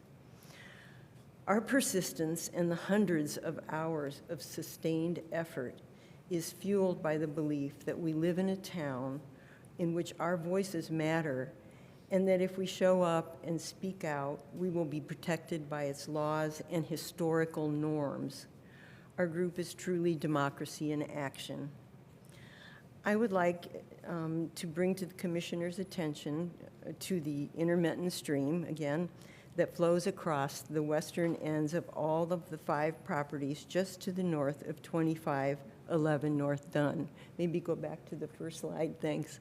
As you can see in the overview, the water flows in a path, the blue dotted line, from a high point, that's Blue Ridge up there at the beginning of the dotted line, and it flows from up there across our property is the next one, and then all the continuing 4 other properties down to the pond. As you can see, this is such a beautifully wooded area and is part of what makes Bloomington, Bloomington, and Matlock Heights, Matlock Heights. You can also see in the next image the streaming and pooling of water through our own wooded land at the west end of our property in photos taken last March. The soil in this area is remarkably moist, with water-soaked areas most of the year. This is also true of the west ends of our neighbors' properties. All of this water adds to the flow of the water onto the property of 2511 from other sources as it makes its way to the northwest corner, filling the pond and flooding the surrounding land. The developers have said that they will reduce the volume, the rate of flow, but not really in the past, the volume that will be passing through. And we living there know that this loss of trees who soak up hundreds of gallons of water and our actual lived experience in this area, that this will increase our flooding. We've also taken note that the city's utilities engineer both called, and the developer's engineer both called the area, including the surrounding pond at the northwest end of the property, a wetland. Yet again, no wetland delineation has been made. In giving guidance to property owners and developers, the Indiana Department of Environmental and Management item advises you should not begin to plan or lay out your site or development until you have had a wetland delineation completed and verified by the U.S. Army Corps of Engineers. This guidance has not been followed. As we look at the basis on which the city planning department made, as our lawyer said, the decision not to require wetland delineation of the site that was made only after one visit by a city planner in which who reported that the three attributes of a wetland did not appear to be present. This prompted me to ask the city planners if the petitioners had conducted a wetland survey, a karst survey, and if soil borings had been done. I was told no. When I asked if the Environmental Commission had weighed in on the petitioners' plans for this environmentally sensitive land, strangely, no. When our group asked the petitioners through their lawyer for a one-time entrance to the property, we were told no, so that we could have a wetland delineation report. Given the lack of actual fact on which to base such an important and required determination, we respectfully ask the Plan Commission members to allow a continuance of the case until an official wetland delineation has been made. Thank you. Thank you.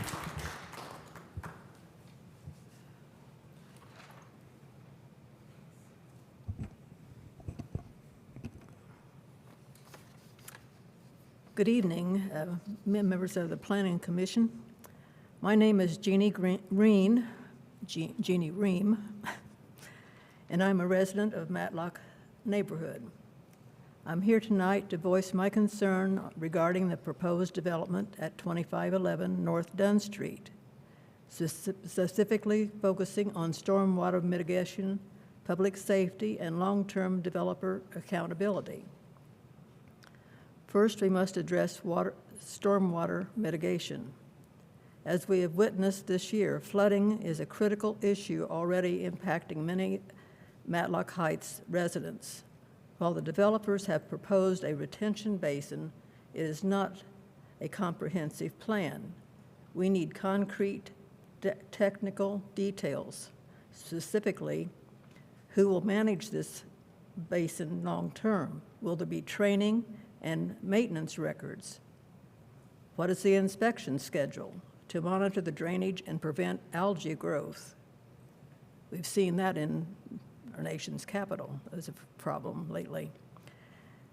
Given this, we'll sit here, given that this will be near a residential area, what safety measures will be implemented to ensure that this basin does not pose a hazard to neighborhood children?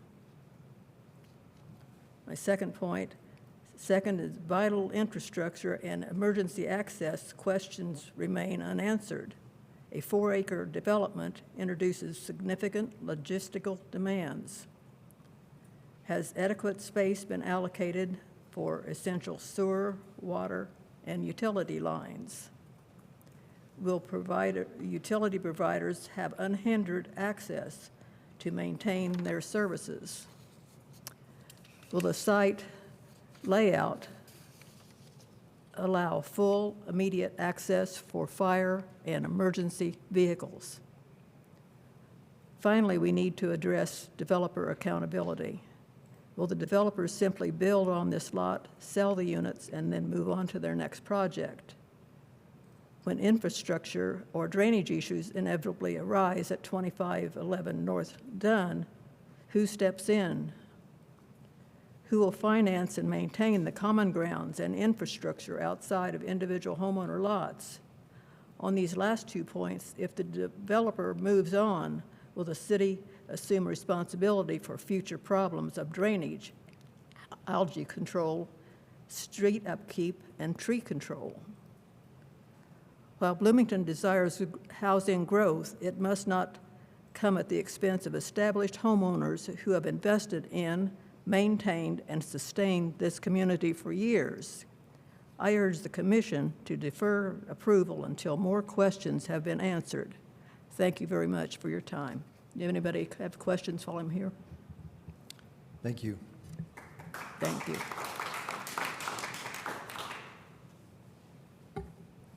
Is there any additional public comment? I don't know if I'm cutting in line, I'm sorry. My name's Chris Branham. I'm a resident at 2701 North Dunn, so I'm one of those houses that doesn't belong to the Blue Ridge or Matlock Heights neighborhood, but just a few houses down from this area.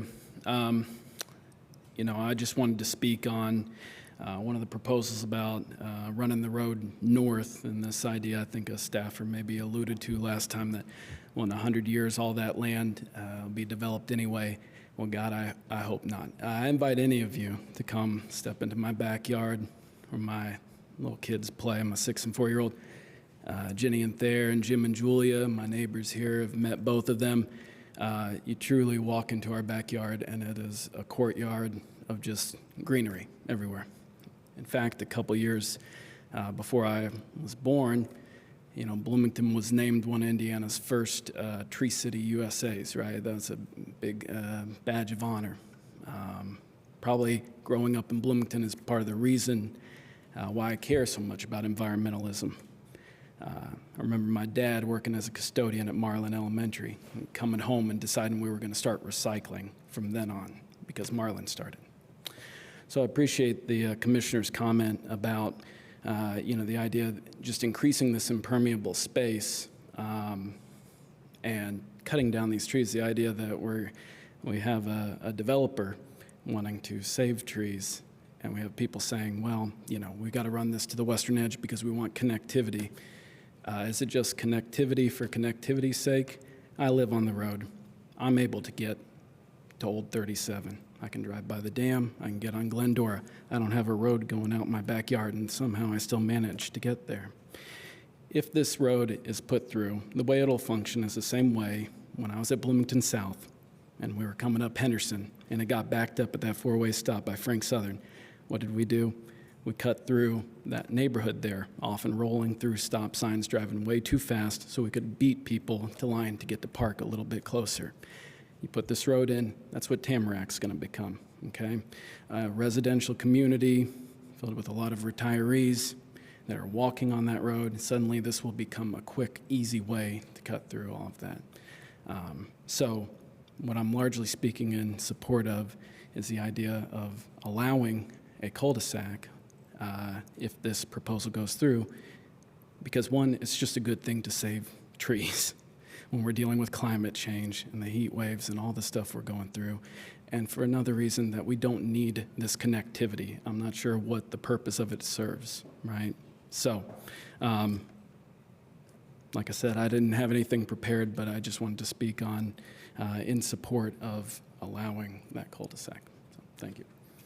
Thank you.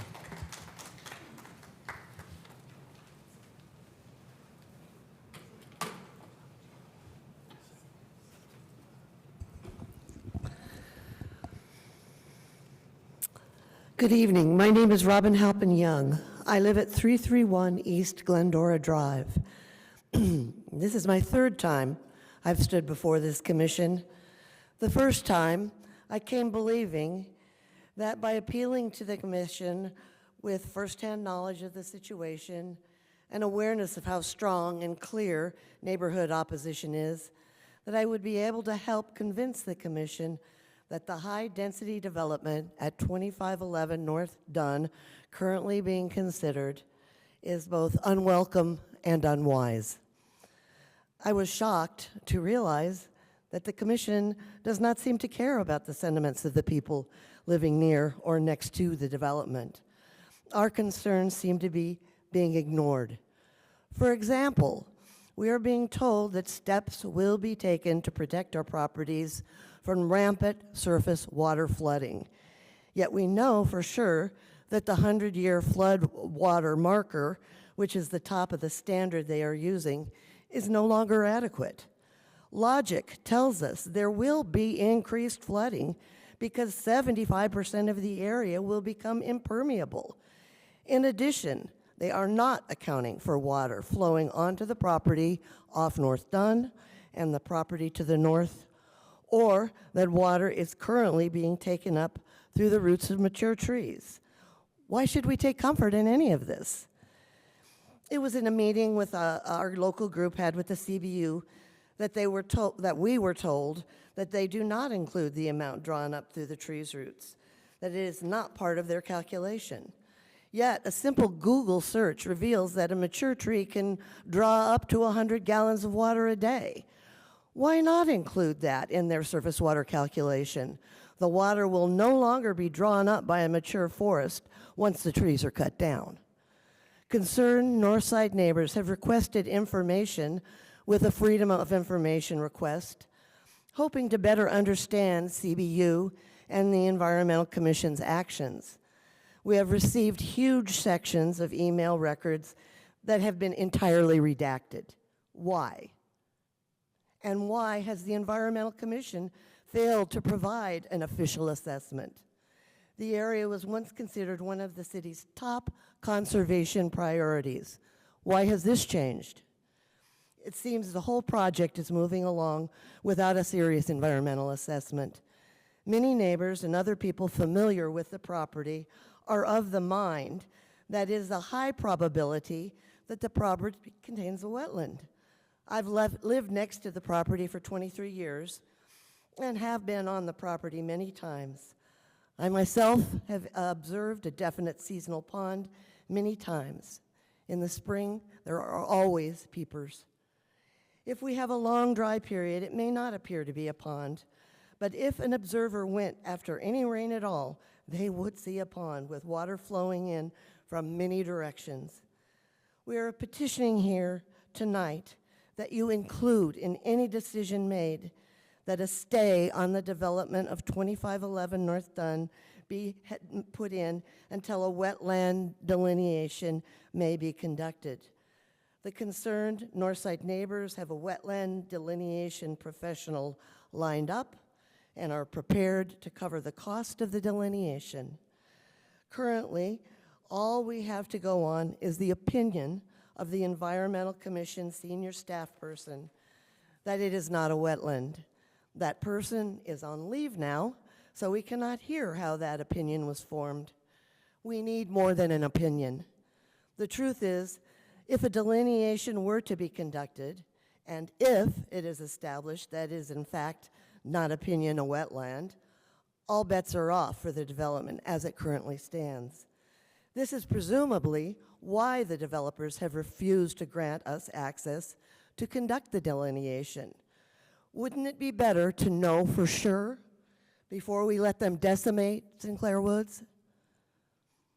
The members of the concerned Northside neighborhood believe this development is being rushed along before proper due diligence has been taken. We have a sense of betrayal. It seems that established zoning and planning ordinances are being ignored, and protections conferred by the rule of law can no longer be counted on from Bloomington city government. Our main concern, that is, if you get this wrong, there's no turning back. Thank you.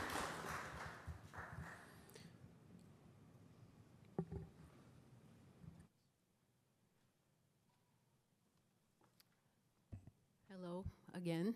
This is my third time here also. you've heard again and again our problems, the flooding, I won't, I want to speak to something that I haven't heard anyone talk about, and that is there is a larger problem here. And when we ask why this property deserves all these variances and waivers, and why this ill fit has to be, why this high-density urban development has to be crammed onto this heavily wooded lot, which is not appropriate at all. Why does this have to happen? Why not just submit a plan that fits the lot so all these waivers aren't required?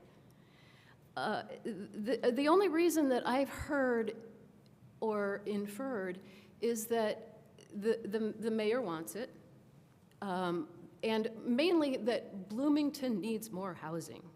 That's what I keep hearing, but we need more housing. Well, I'm not sure we do, because everywhere I look, there's construction. There's apartment buildings popping up everywhere. So construction's happening, housing is happening. What we need is affordable housing. I think we can all agree about that. Prices are out of control. But this project does nothing to address that. This project and all these homes crammed onto this environmentally sensitive property that we all have to bend over backwards to make work, it doesn't fit, because it's of no benefit to anyone other than the developer. The only reason there need to be so many houses is so he can make as much money as he needs to. And he's already said that if he doesn't get this many houses, or 15 it used to be, now it's 11, but if he doesn't get as many houses as he needs to make a profit, he'll just pass the cost on to they've said it more than once. The cost will be just passed on to the homeowners. It'll just increase the price of the homes. Why is there no possibility that maybe he just makes a little less money? It seems a little backwards, the whole thing. There are many unanswered questions, and when we got the redacted emails after waiting 3 weeks, when we didn't get this plan for tonight's meeting until Saturday night, there's been some obstruction going on. There's been a real lack of communication and a general lack of transparency through all of this. And I think we really need to look at, especially as the mayor has her sights on the north side for development, the north side, which is ravines and streams, and is just not suited to the kind of development that you can do on the south side or on the west side. It's not the same. We have steep hillsides, we have winding roads, we have wetlands, 2 watersheds, and this property is right on the apex between those 2 watersheds, Griffey and Cascades. You can't just go in and bulldoze and throw up a bunch of little houses in a row. That's all. Thank you.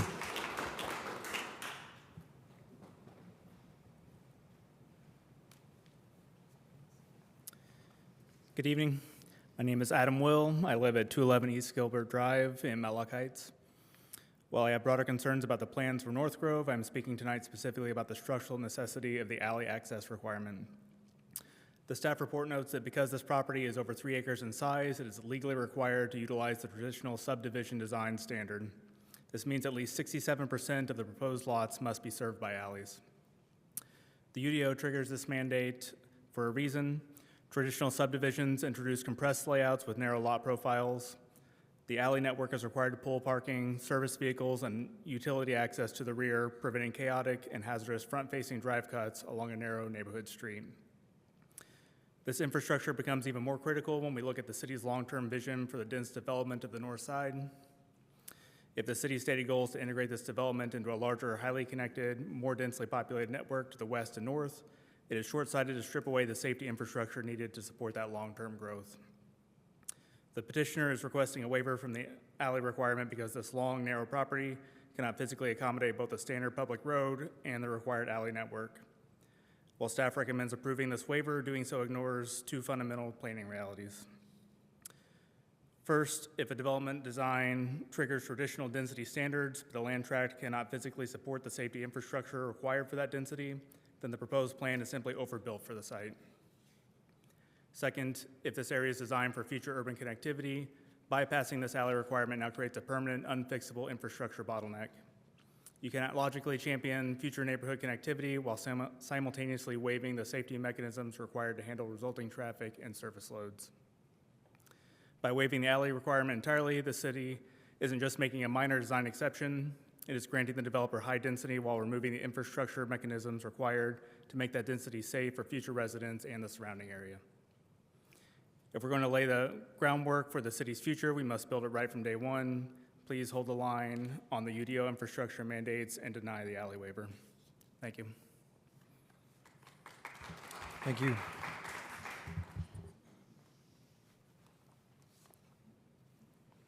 Hello, my name is Jessica Will, and I live at 211 East Gilbert Drive as well in Matlock Heights. I'm here tonight regarding the proposed subdivision at 2511 North Dunn Street. While I still have overarching concerns about this development, I'm speaking tonight specifically to urge the Commission to approve the petitioner's waiver request to allow a cul-de-sac. As I understand it, the staff report indicates that denying the cul-de-sac and forcing a future street connection between Dunn Street and Walnut Street is necessary to advance the city's connectivity goals. However, I believe connectivity must never come at the expense of safety and common sense. If you look at the map, you can see the reality of what we face daily on the north side. Matlock Heights already struggles with speeding, commuter traffic, and drivers ignoring stop signs to use our residential streets as bypasses between Dunn and Walnut. I argue the last thing the north side needs is another shortcut for daily commuters and football fans. Forcing this street, proposed as East Tamarack Trail, to stub out to the western property line sets the stage to funnel traffic directly past 11 new family homes. It seems to me local residential streets should handle local residential traffic, not act as a pressure valve for congestion. Under the Unified Development Ordinance, I believe a waiver may be granted if it is not detrimental to public safety, health, or general welfare. While the staff argue that a cul-de-sac is detrimental because it prevents future connectivity, I argue the opposite. Forcing a future road here is what truly threatens public safety by introducing potentially high-volume traffic to a quiet residential area. If a subdivision must be built on this 4-acre tract, let it be a safe, self-contained neighborhood. Please protect the integrity of the north side, prioritize pedestrian safety over commuter convenience, and approve the cul-de-sac waiver. Thanks. Thank you.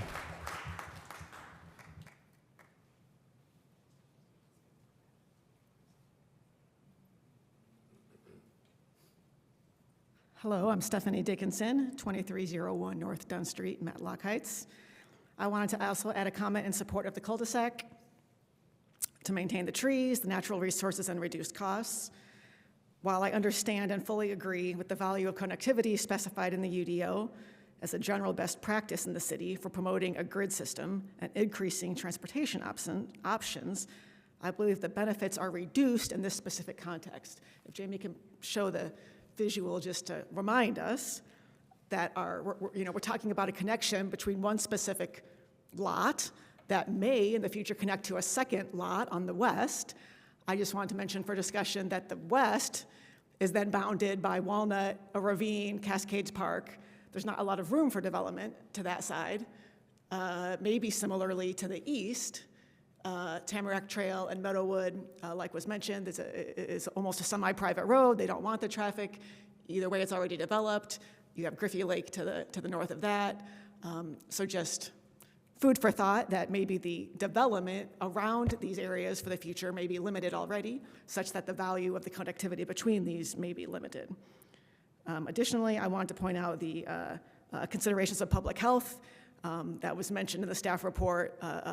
Certainly having a grid-like system in principle provides more opportunities for biking and walking to different points in the city. But I want to mention the trade-off and the public health benefits of green spaces, the tree canopy, and the natural spaces, which are also shown in the science to be valuable for our public health. Thanks. Thank you.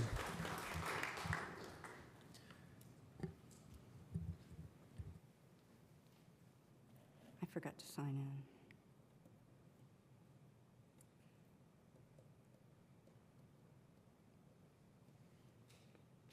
Hi, my name's Jenny Ritchie. I sent you a letter. It's probably in your packet. I just want to comment on a few things I said. My husband and I live in the northernmost house of Matlock Heights. It was built in the early 50s, and we bought it in 1996. Small problem with reversing numbers there. And like Professor Sinclair's property, when we bought it, it was affordable because it was a mess. The house needed major work.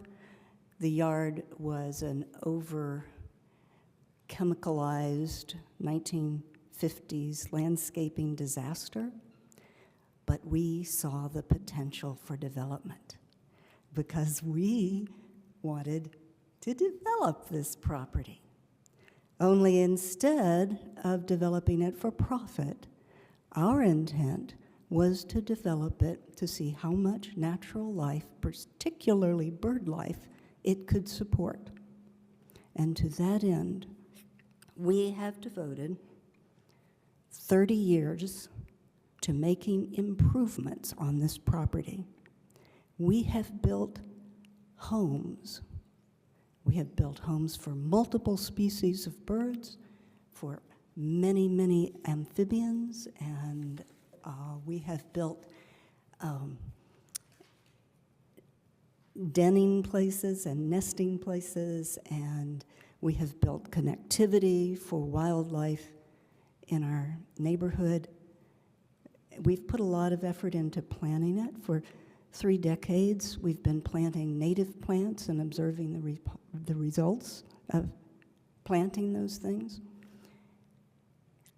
And what I have come to ask is that you acknowledge that this investment and this development has value to this city, to this neighborhood, to our community in general, and that your support for the neighborhood that allows our investment to be successful is vital for us.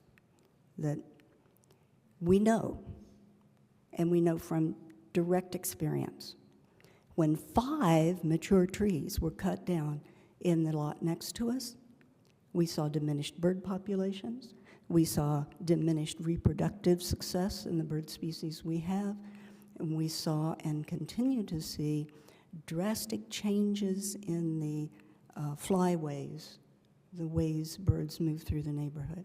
Just 5 trees. And when our next door single-family residential house turned into a group home, we saw a dramatic increase in the traffic coming and going and coming and going and going. It was incredible. And that was only 7 or 8 cars a day, whereas what you're planning is to dump 15 to 20 cars on. And when our neighbors 2 lots over to the north built a house on a very slopey lot with a seasonal wet area, we saw a reduction in the numbers of Cope's gray tree frogs. We had been very proud of our neighborhood's population of Cope's gray tree frogs, and that diminished population continues to today. So all I'm asking is that you consider the value of different kinds of development, and you support those of us who have taken the time and effort and spent the money to make this kind of development. Thank you. Thank you.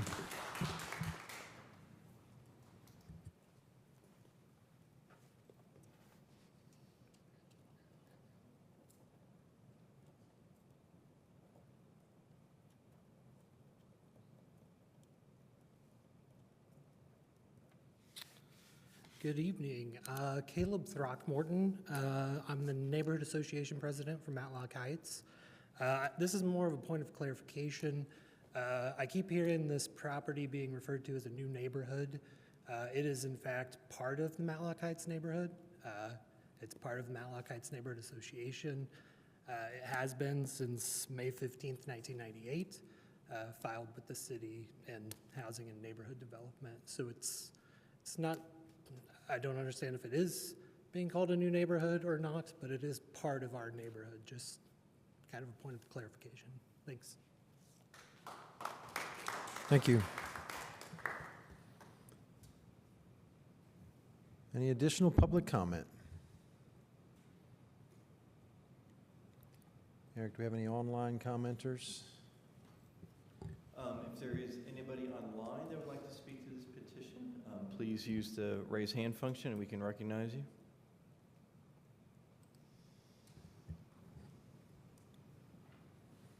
I'm not seeing All right. anybody. Last call for public comment. All right, we are back to the commission then for any additional questions or comments or motion. Commissioner Stossberg. I have a question. I would just like to go over the wetland stuff again because you guys provided that with your memo for this, and I was hoping that one of you, especially since our environmental planner is absent, and I see Jackie Scanlon coming to the mic, if one of you could speak to the report that was made at the time by our environmental planner and that process and the conclusions that were found there. Thanks. Sure, thank you. I could do my best. Jackie Scanlon, Assistant Director of Planning and Transportation. Yes, our senior environmental planner is out on leave, but she was able to assess the site on a site visit in early October, and at that time she determined that the area on the property that many people are calling a wetland is in fact what we would classify as an intermittent stream, meeting our definition of intermittent stream and not meeting our definition of wetland. So she described that in an email to Ms. Kreinler at that time. She had actually been to the site a previous time as well to do the tree canopy assessment, so has walked the site more than once. This time she was particularly looking at the details of the site to determine whether or not they meet our UDO definition of wetland, probably in your report, but I'm just going to read it out loud anyway. Wetlands are those areas inundated or saturated by surface or groundwater at a frequency or duration sufficient to support, and under normal circumstances do support, a prevalence of vegetation specifically adapted for life in saturated soil conditions.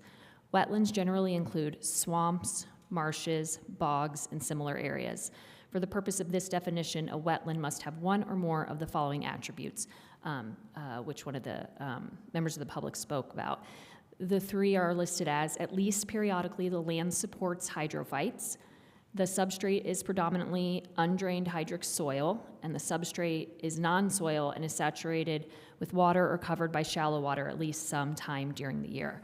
So Ms. Johnson obviously knows this definition. She used her professional and professional experience to make the determination that none of these three things are happening here. And so we did not require a wetland determination as a result of that inspection. As has been stated, the neighbors have asked numerous times for that to be done, or what could we do to make that happen? And we suggested they could contact the state and see if there's something the state could help them do. But other than that, we made a determination, and that is the determination of the professional planner in the department whose job it is to visit sites and make that determination. So we are holding that determination as there has been no evidence submitted that it's incorrect.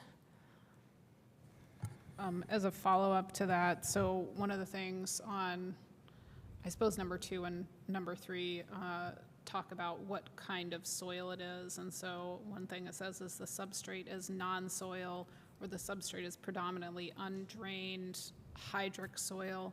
Like, can you determine if something is non-soil by looking at it, generally speaking? Like, That's a great question. This is a very technical sort of term, Yes, it is, think. and I am not an environmental person. I am walking in her shoes while she's gone. So I will say, actually, Mr. Grulich may be able to answer this question better than I can, but I'll give it a try. I do not know how much you can tell from observing. I know that she was on site for a while. I believe maybe Ms. Kreinler was there as well. And so they may be able to speak to what she actually did at the site to make that determination. She very clearly, in the determination email, states, I believe this is an intermittent stream and here's why, and that she understood that was the determination she was making. Okay, thank you. If any other staff could speak to that, that would be great. I mean, part of this, I think, is educating me and the rest of us and also the public. No, you can certainly, though, ask the engineer as part of their soil analysis, as part of their stormwater manual and the drainage calculations, they do an assessment of what the soils are. I don't know if that's based on a map or if that's based on a site analysis, but Mr. Butler could possibly speak to that. Yeah, we don't, as civil engineers, we don't do any type of soil testing, so we relied upon her to do that. And I was also on site at one point with her as she was looking around and did that assessment. I will add one thing, if that's okay, to this conversation. We are protecting that area. So whether wetland or not, which it's been deemed it's not a wetland, it is being protected under riparian buffer standards, and so everyone's concerned with this area. It's not being touched. It's being preserved. So whether it's, to me, it feels like a little bit of a moot point because it's being preserved as an intermittent stream so that it's not being touched or messed with regardless. And part of what you're hearing tonight is riparian buffer easement standards, so that also the drainage that you saw in some of the concerned neighbors is also being protected, and those drainage ways going to it are also protected, so that it can remain as is, and also the water from the streets is being cleaned before it goes into it. So I just want to add that also to the conversation in terms of wetland or not, does that help? As far as the site Yeah, it does. visits, Thank you. I can just confirm that I was there on site too with Rachel, with Daniel, with the petitioners, Paul and Keith. So it was the 5 of us there, and I'd only been in Bloomington for 2 months at that time. But we walked all around the site, and Rachel was assessing the water, and I think she took photos and was looking at the trees. So we definitely went back into the site so she could do that evaluation. Thank you. Can I just ask a quick follow-up on that? Can you just outline for us, if at that time it went the other way, we had determined it was a wetland and went through the process of getting a delineation, what would the practical impact be on the plan that's before us tonight?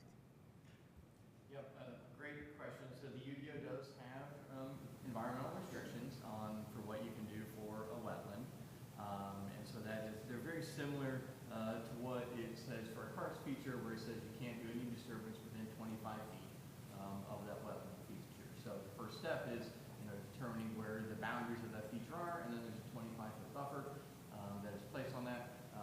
So as we mentioned, this is part of an intermittent stream. That is what it was defined as. So the intermittent stream, the riparian buffer, has 3 25-foot zones that are required. So you've got 75 feet on either side of that stream. So this is protecting that 75 feet with the exception of the detention area that is shown for a portion of it that is on the outer tier, and I think a little portion of the second tier. But the first tier, the 25 feet that runs to the center, has no disturbance within it. and then probably another 10 or so feet beyond that as well for where the disturbance is in the detention area. So that would be the implications if it was determined to be a wetland. So you're saying that the lines may be drawn a little bit differently if they had been determined to be a wetland?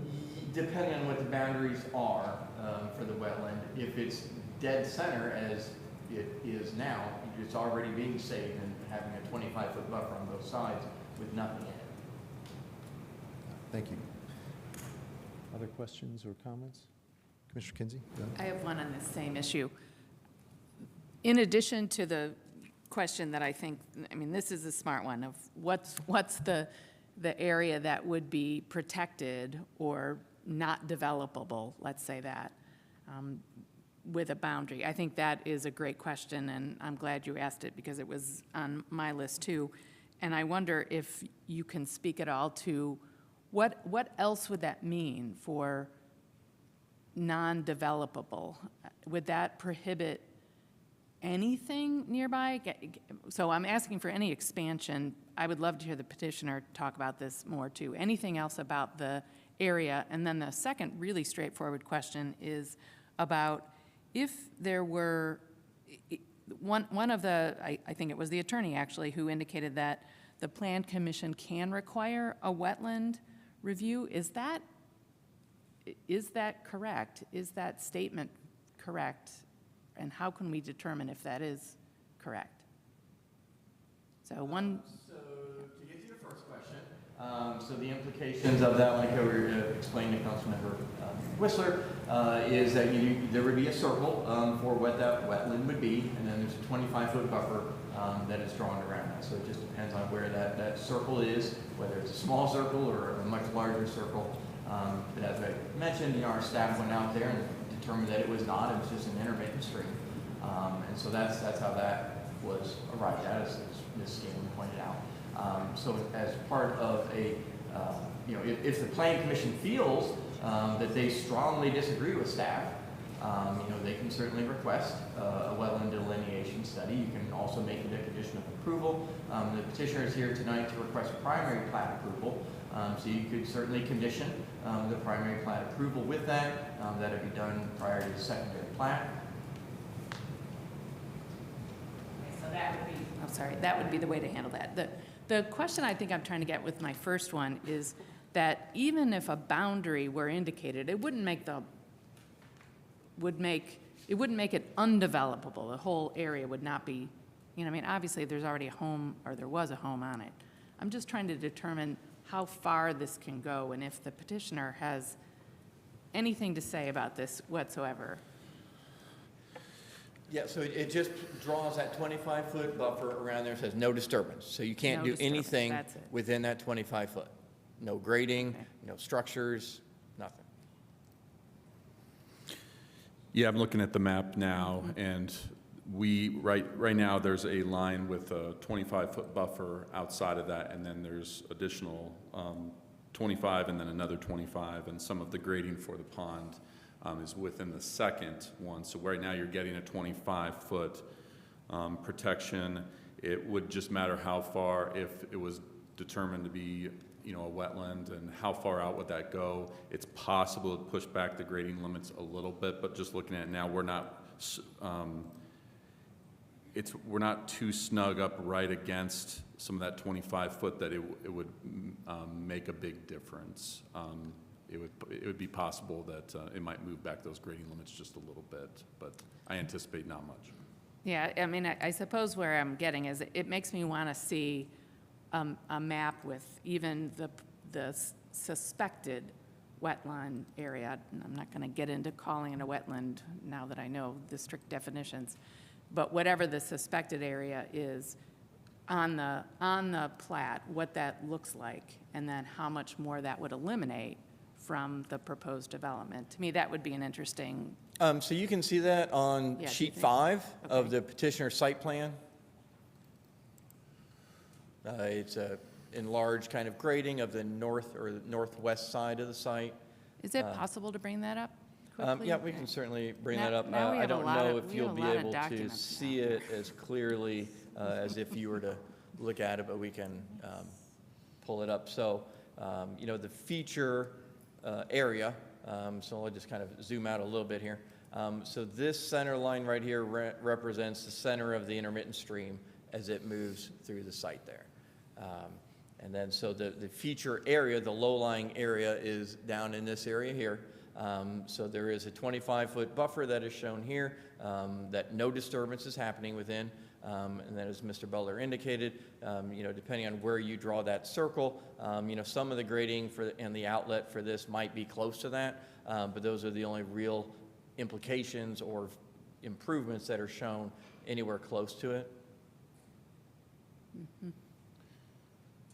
And that's what I was describing, is that you can see the grading is a little far off from that still, where the bubble might come out, and so you would still have a little bit of buffer room there, but it would just depend on where that actual would go. It might push it back a little bit, but possibly not at all. Okay, thank you.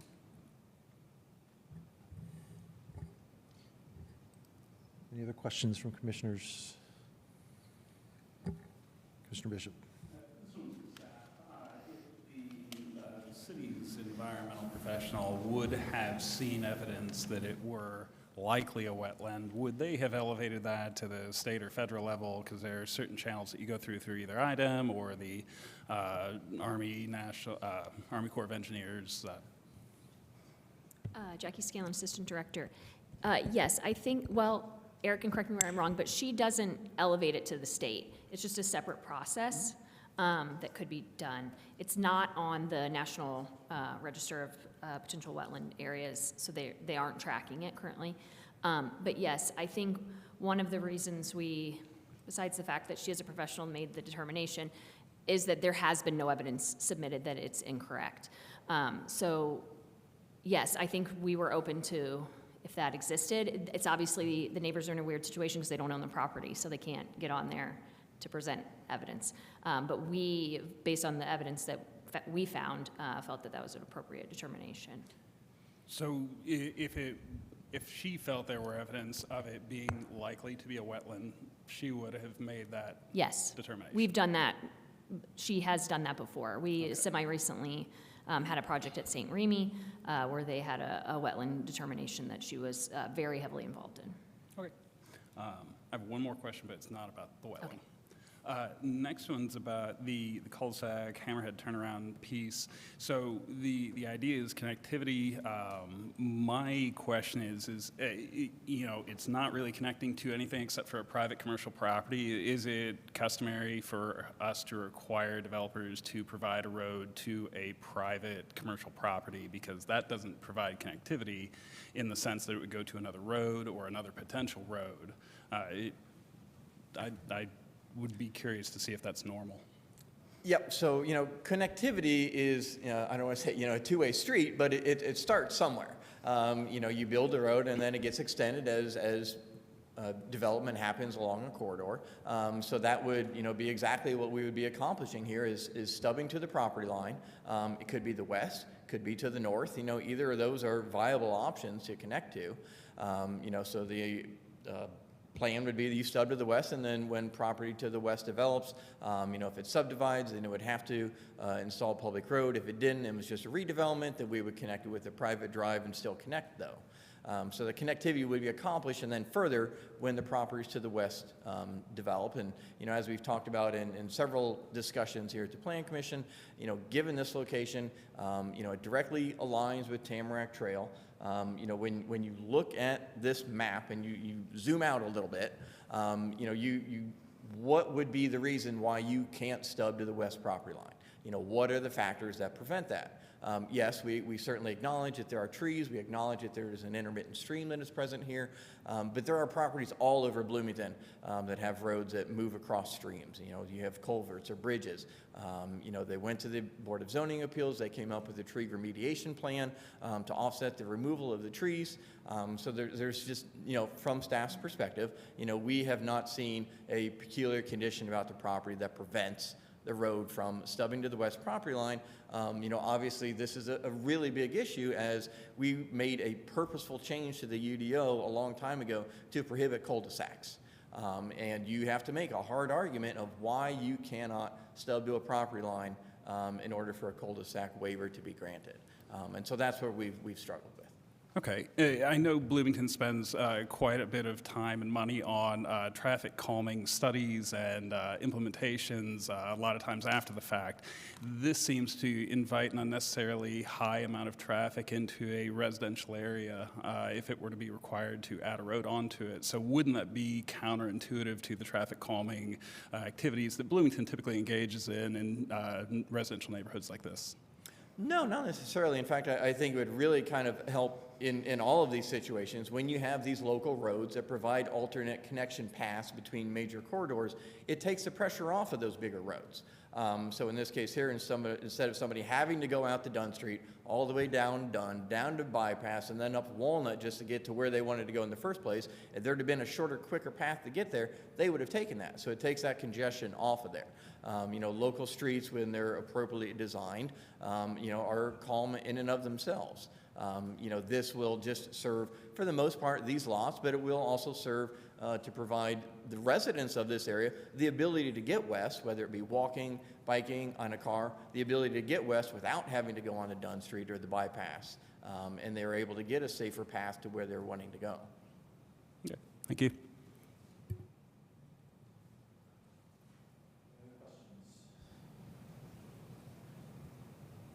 One more follow-up just on the cul-de-sac. If the commission wanted to grant that waiver, not, in other words, not require the stub all the way to the property line, but we wanted the right-of-way to be dedicated, would we have to specify that as a condition of approval? Or what action would have to be taken in order for that right-of-way to be preserved? So if you wanted right-of-way to be dedicated, then you would have a condition of approval that right-of-way would be dedicated according to the transportation plan as shown on their plat. If the Planning Commission did not want the right-of-way to be dedicated past where the line is that is shown, then you would just have a condition that says no additional right-of-way is dedicated past wherever that line is. So, you're saying the default would be that it is dedicated? Well, they've shown that. We staff have said that we don't want that, but that's what their proposal is. So you would need to address it. So I guess the default would be you would be accepting their proposal, which has the right-of-way dedicated. Because we would essentially be accepting the plan that already shows the dedicated. Yeah, so their plan shows the right-of-way going all the way to the west, and then a line of where the pavement would stop. Got it. Okay, thank you. Any other questions or comments?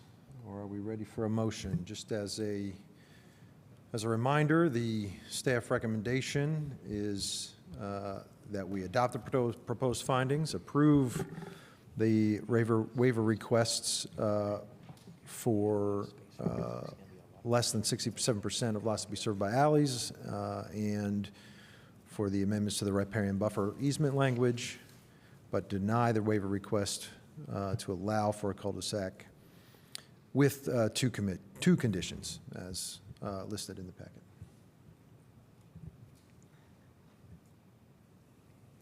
Commissioner Kinsey. I am interested in a consideration of a condition that would require a delineation report prior to a secondary plat approval, so that would be an additional condition. I'm interested in that, and I would like to hear if anybody else would be interested in that. Commissioner Bishop. My concern with adding additional conditions like this would be that we start to question the professionals that are hired to determine these things, and when we start to do that, it becomes a slippery slope. You know, then it becomes, does CBU tell us exactly how much the stormwater is going through, and can we believe them?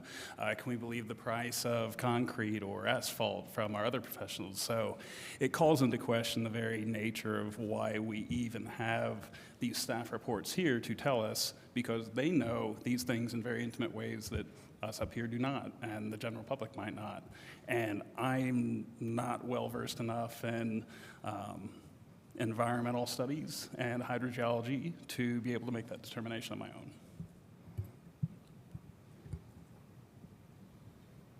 Commissioner Stossberg? I have some general comments if we're ready for those. Does that work? I'll address Commissioner Kinsey's as well.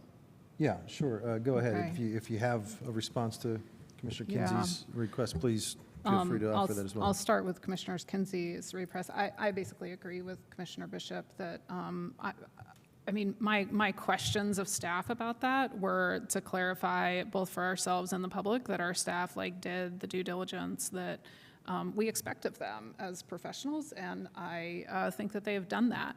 I also, having done some environmental work in the past, some environmental education, including in wetlands, those pictures don't look like wetlands to me. Because there's not the vegetation that you would expect around the wetland growing. And so between those two things, I just have to trust our staff right now. So I don't think that additional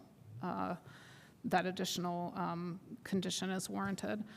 With regard to the rest of the petition, I don't have any problems with the waiver related to amendment of riparian buffer language to ensure compliance with CBU.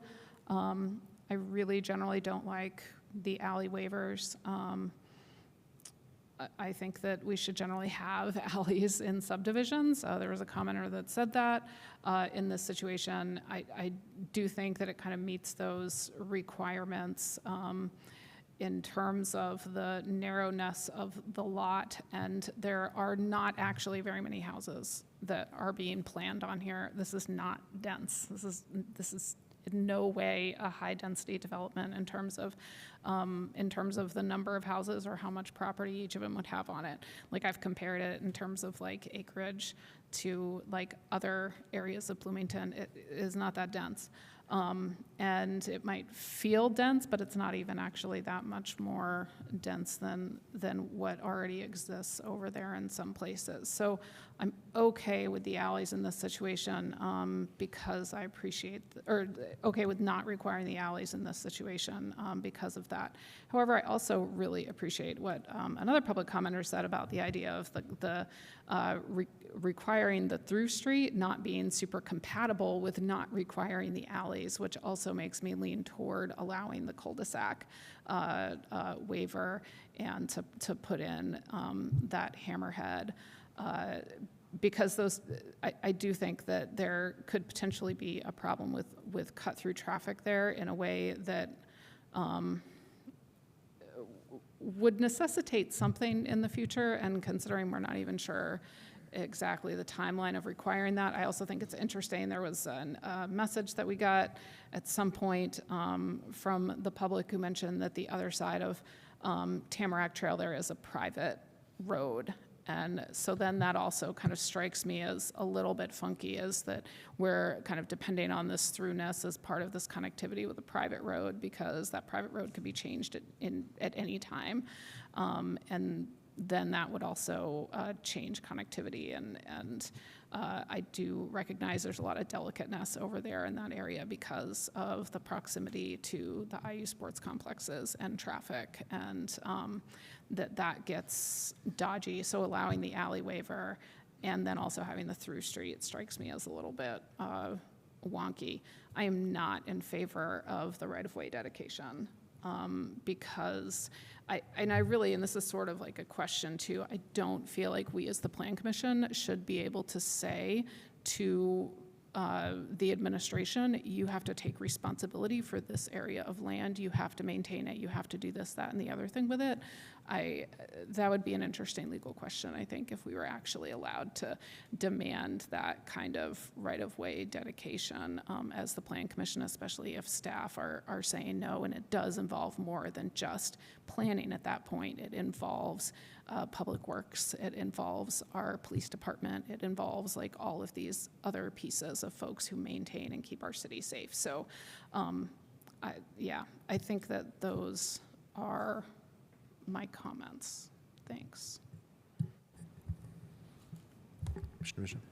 I just have one more addition to Hopi's acceptance of the waiver for alleys, that because this is part of Matlock Heights and it doesn't look like any of the other parts of Matlock Heights are serviced by alleyways, this would be congruent with the rest of the neighborhood.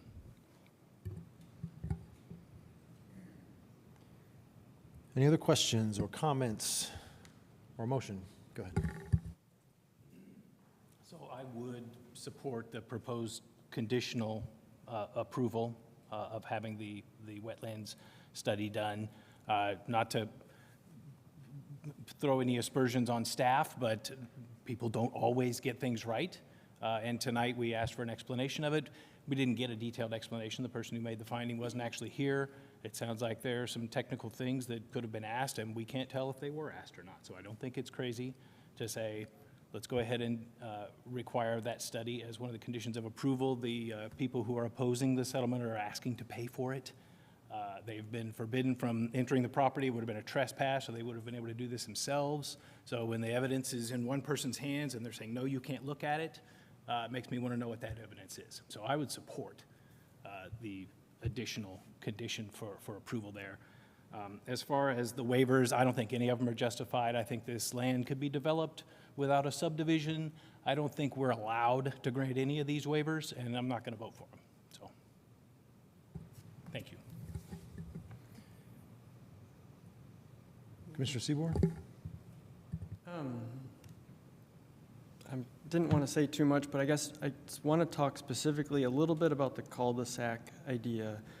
A lot of what's being discussed and what we're hearing, I appreciate, and there's really just challenging issues. The idea of connectivity, and just to speak a little bit about that, it's really is a valuable thing to pursue. It's something that I serve and as a staff person to the City Transportation Commission and the prior Traffic Commission, and so in that world, the idea of why would you ever not have an extra connection not happen would just be mind-blowing, because every little extra connection you make decreases the pressure on other facilities. So the idea of like a traffic calming consideration, like people might cut through this new road if it connects, but that also will mean less people will cut through Glendora and other streets too. So it creates a more full network that relieves pressure on any single street. I certainly expect people would use it in that way, but it would just distribute it more between all the different facilities. And then if people were living on this street and it connects because it's being redeveloped against Walnut Street, that means there's probably a nice commercial space. There might be a restaurant, a coffee shop that I want to walk to, and I don't want to have to drive all the way around to. So I think the idea of connectivity is really desirable. It's not an easy thing, especially in this interim time that we don't know how long it will be. It might feel awkward, but in the long-term vision, 100 years from now, people will be appreciative of that connection. So just wanting to speak to that specific element. Thank you. Yeah, I would just just to follow up on that. I agree with just about everything you said there, with maybe the exception of cut through. I don't really think there is cut through. When people drive on a public street, that's why it's there, right? When you drive down Walnut or College, you're not cutting through. That's why we have streets, is for the public to utilize that. But your point is a fair one. Like, the reason we have congestion is because we haven't always taken care to create this kind of connectivity. So I think there are two like really important principles here. One is let's try to preserve and create that connectivity, but also at the same time, let's not add cost to housing where we don't have to. And I think those are the two things that I'm struggling to hold in balance here tonight, which is why I think, does it make sense to require a road that doesn't go anywhere today, that's going to create more impervious surface, that's going to add cost to the housing? That does not make sense to me. But I do think the connectivity is important enough that, yes, somebody has to bear the cost of that. And if we as a city are going to say that's important, then yeah, we got to bear some of that cost. If that means we have to maintain a little strip of undeveloped land, then I can live with that. We have to put our money where our mouth is if we say that's something that's important to us. So I'm kind of inclined to support the waiver, the cul-de-sac waiver. On the issue of the wetland delineation, I'm not in a habit of opposing the professionals just to be difficult, but I don't have any problem challenging them. They're humans, they do make mistakes. My issue with this is I don't think it's going to change anything. I mean, I think we've heard from staff that even if it were a wetland, I think it changes nothing to the final site plan. And so that's my my challenge with adding more time and inevitably more money to the process. We heard this was October that they visited this site. We're here now in July, still looking at an initial site plan. This is why, this is another example of why everything is more expensive in Bloomington. We keep adding cost every step of the way. We keep dragging things out every step of the way. And that's not to say these aren't real concerns. They obviously are real concerns, but that's why we have these things in our UDO. We have a designation for intermittent stream. We have a designation for wetlands. We have protections in place, and it's clear that that area is going to be protected. Nothing is going to be built in there. So I'm not sure I understand why we would want to add more time, drag this out, if it's not going to have any impact. If it's not going to move one line on this plat, that's our job tonight, right? Is to either approve or deny the lines that are drawn in front of us, and I don't see how adding this is going to change those lines in any way. So, go ahead. If I can add to this, I'm in the same position, I think. I can make a case for supporting the cul-de-sac, and I can do it based on some of the tree preservation that it allows and for the peculiarities of the site. The thing that is bothering me is the wetland delineation, and by no means do I want my comment to be interpreted as lack of confidence in staff expertise. I have absolute confidence in staff expertise. However, I just wonder if the question I was getting at earlier about laying out the plans on the development, so if a wetland report or is delineated, might that alter things? And I think the petitioner was conceding it might alter it a little bit. The lines might shift a little bit. I'm willing to see if the lines might shift a little bit, and maybe the disturbance area would be increased, or then the area that cannot be disturbed would be increased. So that to me is a reasonable thing to do as a condition of a secondary plat approval.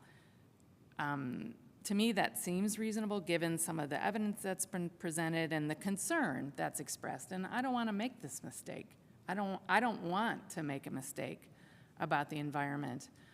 And if we can do a better job and get a little bit, maybe it shifts north or it shifts a little bit east, I'd rather know that now and be informed in my decision than not be fully informed. And I don't mean to cast any aspersions or lack of confidence in the staff at all. I greatly value their expertise. But I just think given what we've heard, given the willingness of the group that's interested in this matter, I think it behooves us to take advantage of the concern that's been raised and to address it and make it a condition. If it comes back and there's no wetland delineation, then okay, great. I have much greater confidence in this plan moving forward. So to me, that's, in some ways, it satisfies the question. I know it can be a lot of money. It can be it can be a hassle for the petitioner to wait longer, but, let's get this resolved so we can satisfy the wetland delineation. So that's where I stand on it. But generally, I'm in favor of this. I think we need more housing in this space. I think the petitioner has gone to great lengths to reduce the housing so that it's reasonable to preserve the wetlands and the trees, and it helps us with housing needs. So to me, there are some greater needs here being met. Yeah, a lot has been said already, and I don't need to belabor anyone's points at all, but yeah, I tend to agree with Commissioner Kinsey on the wetland delineation. I just don't see why we wouldn't. I think it has a long-term impact. Putting in this development has a long-term impact, and I also would not despair what the planning staff has evaluated in this with their own professional opinions, and I think we all agree that they do a great job and are the right people for the job. But yeah, it seems like a simple step to add that as a condition, and so I would also be in favor of that. I will say I struggle with the cul-de-sac a lot. I agree with a lot of the things that Commissioner Tibor shared. When you talk about connectivity, we add a bike lane here, and then you think, oh, where did that go? Because it didn't continue on. Well, we can't put a bike lane on every mile of every road at one time. So you've got to kind of just make progress as you can. And I think that by creating the opportunity for connectivity, the cul-de-sac kind of denies that altogether. So I have a hard time with the cul-de-sac. The alleys, I think that there's a great point made that if you can't accommodate the alleys, then there is maybe too much density. On the other hand, the point was made that nothing else in that area has an alley. So, I can go, I don't know, I'm a little hung up on that one. So I guess that's all I really have to contribute at this point.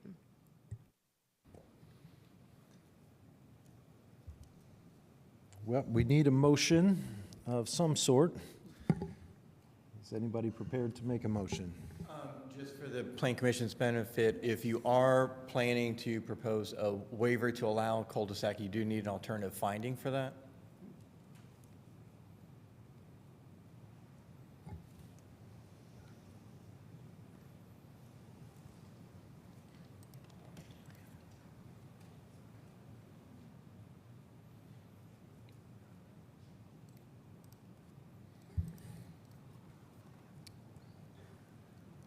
Are we also discussing whether we're having a second hearing?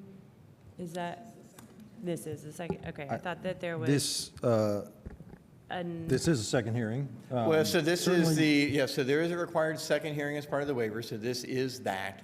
There is, following this, assuming there is a primary plat approved, there is a secondary plat approval that does have to happen.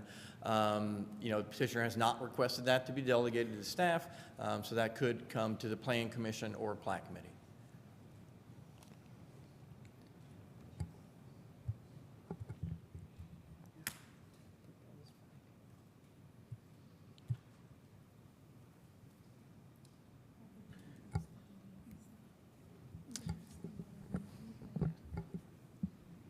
If no one is going to make a motion. We're trying. Yeah. Crafting up a alternative finding is not easy on the fly here.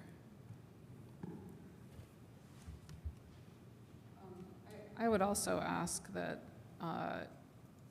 if Commissioner Kinsey does want to do the condition related to the wetland, that we handle that separately as a separate motion as opposed to with the entire petition. So I feel like any of this that we handle separately might help in case there's split votes on any of these waivers. Yeah, I think that's good. What we could do is we could just get a motion on the table as the staff recommendation, and then you could make a motion to amend that motion to add another condition, which we could have a separate vote on. Somebody does. All right, I would like to make a motion, actually, though, my motion is about the additional condition. That's the one I'm going to set first. Does that make sense to set that first? Well, you can't really amend something that doesn't exist yet. Sorry. We got to have a motion before You we can can. move to add a condition, though, Add- right? Yeah, that's Right? what I Can't would- she Add move to to what, add a? though? I mean, all we have is the staff recommendation, so. Commissioner Seabour? I'll make a motion. I recommend that the Plan Commission adopt the proposed findings, approve the waiver request to not require 67% of the lots be served by alleys, approve the waiver request to amend the riparian buffer easement language, and deny the waiver request to allow for a cul-de-sac with the following conditions. Number 1, approve per terms and conditions of BZA appeals case number ZR 2025-12-0114, and final acceptance and approval from City of Bloomington Utilities is required prior to the issuance of any permits. All right, we have a motion. Is there a second for that motion? Second. Can All you right, say thank that you. again? It's essentially what. I think I read the staff report recommendation. Yeah.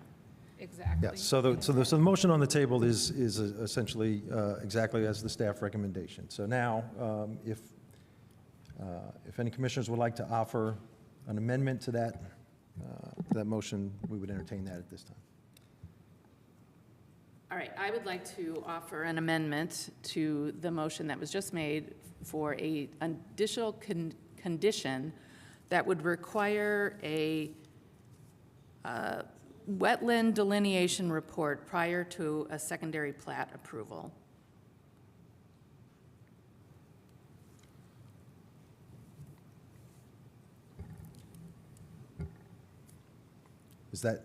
That's it, just a, Yes. okay. Is there a second for that motion?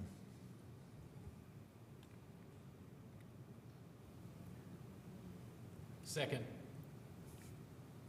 Okay.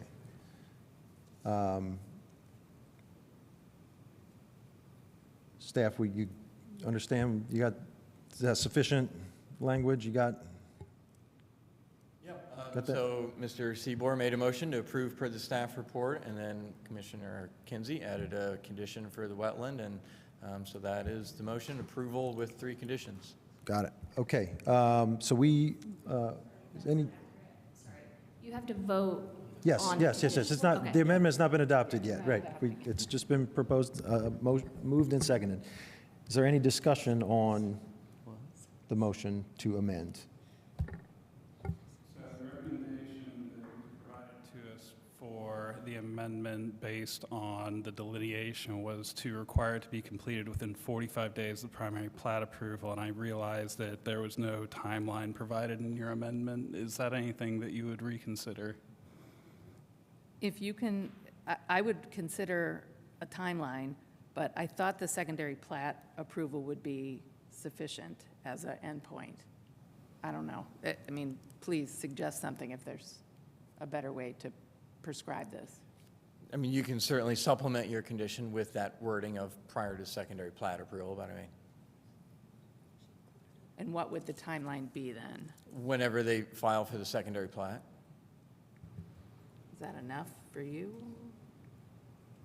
I just think that if we're going to add additional conditions, there has to be timeliness brought into this, especially given the protracted But nature.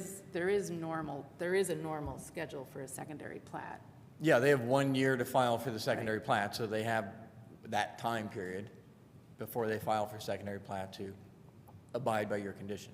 Yeah, with that, is that? I guess I'm think asking- extending it to a year seems too long. I would be preferential to the 45 days that are recommended by the neighborhood development.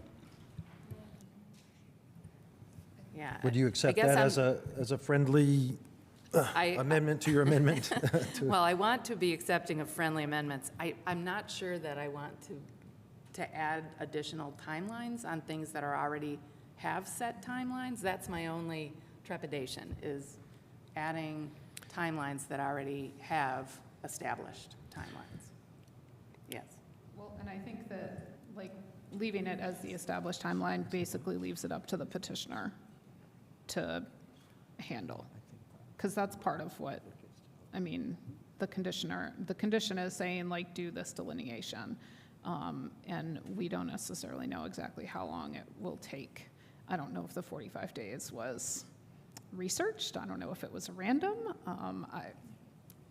But that will leave it up to the petitioner, I think, to get it done. So clarifying point then, if the petitioner goes for the next plat approval in under 45 days and the study is not done in that time, can they still seek that approval?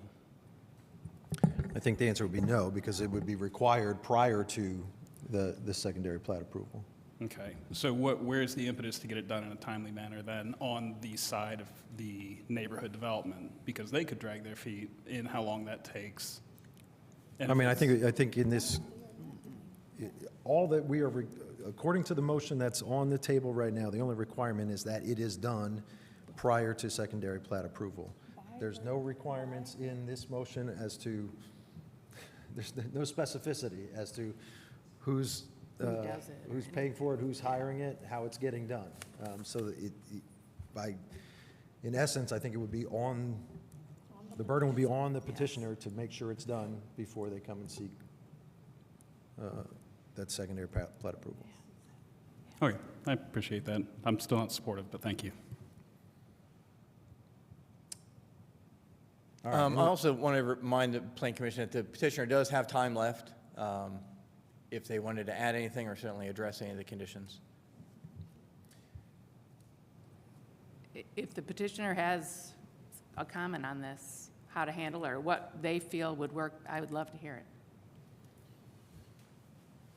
Nothing additional. I think you've heard everything, that the pros and cons of everything at this point, and I think by the time that a secondary plat was, if you choose to vote on that and have a secondary wetland delineation study done, then that's fair, and we'd do it by the time that we file for the secondary plat. I don't think there's anything else to add.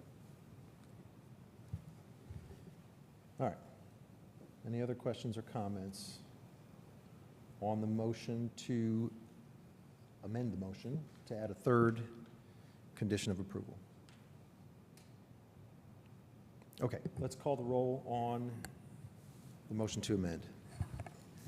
Kinsey, Yes. Smith, No.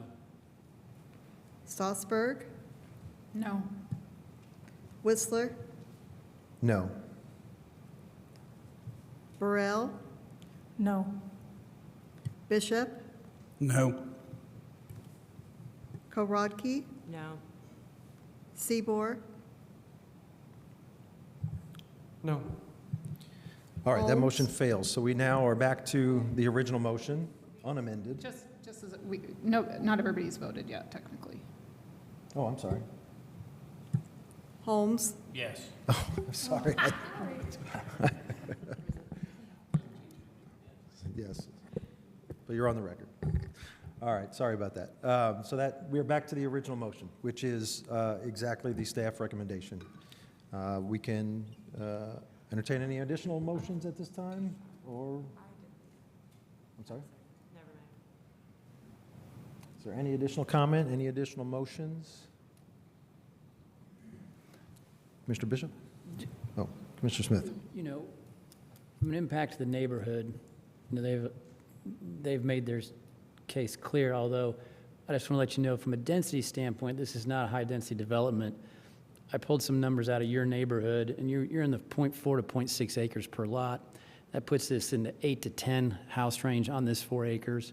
If they could follow your design guidelines of your neighborhood, I mean, it'd be a completely different outcome, and your riparian buffer, none of that would be there because it wasn't a requirement in the 50s.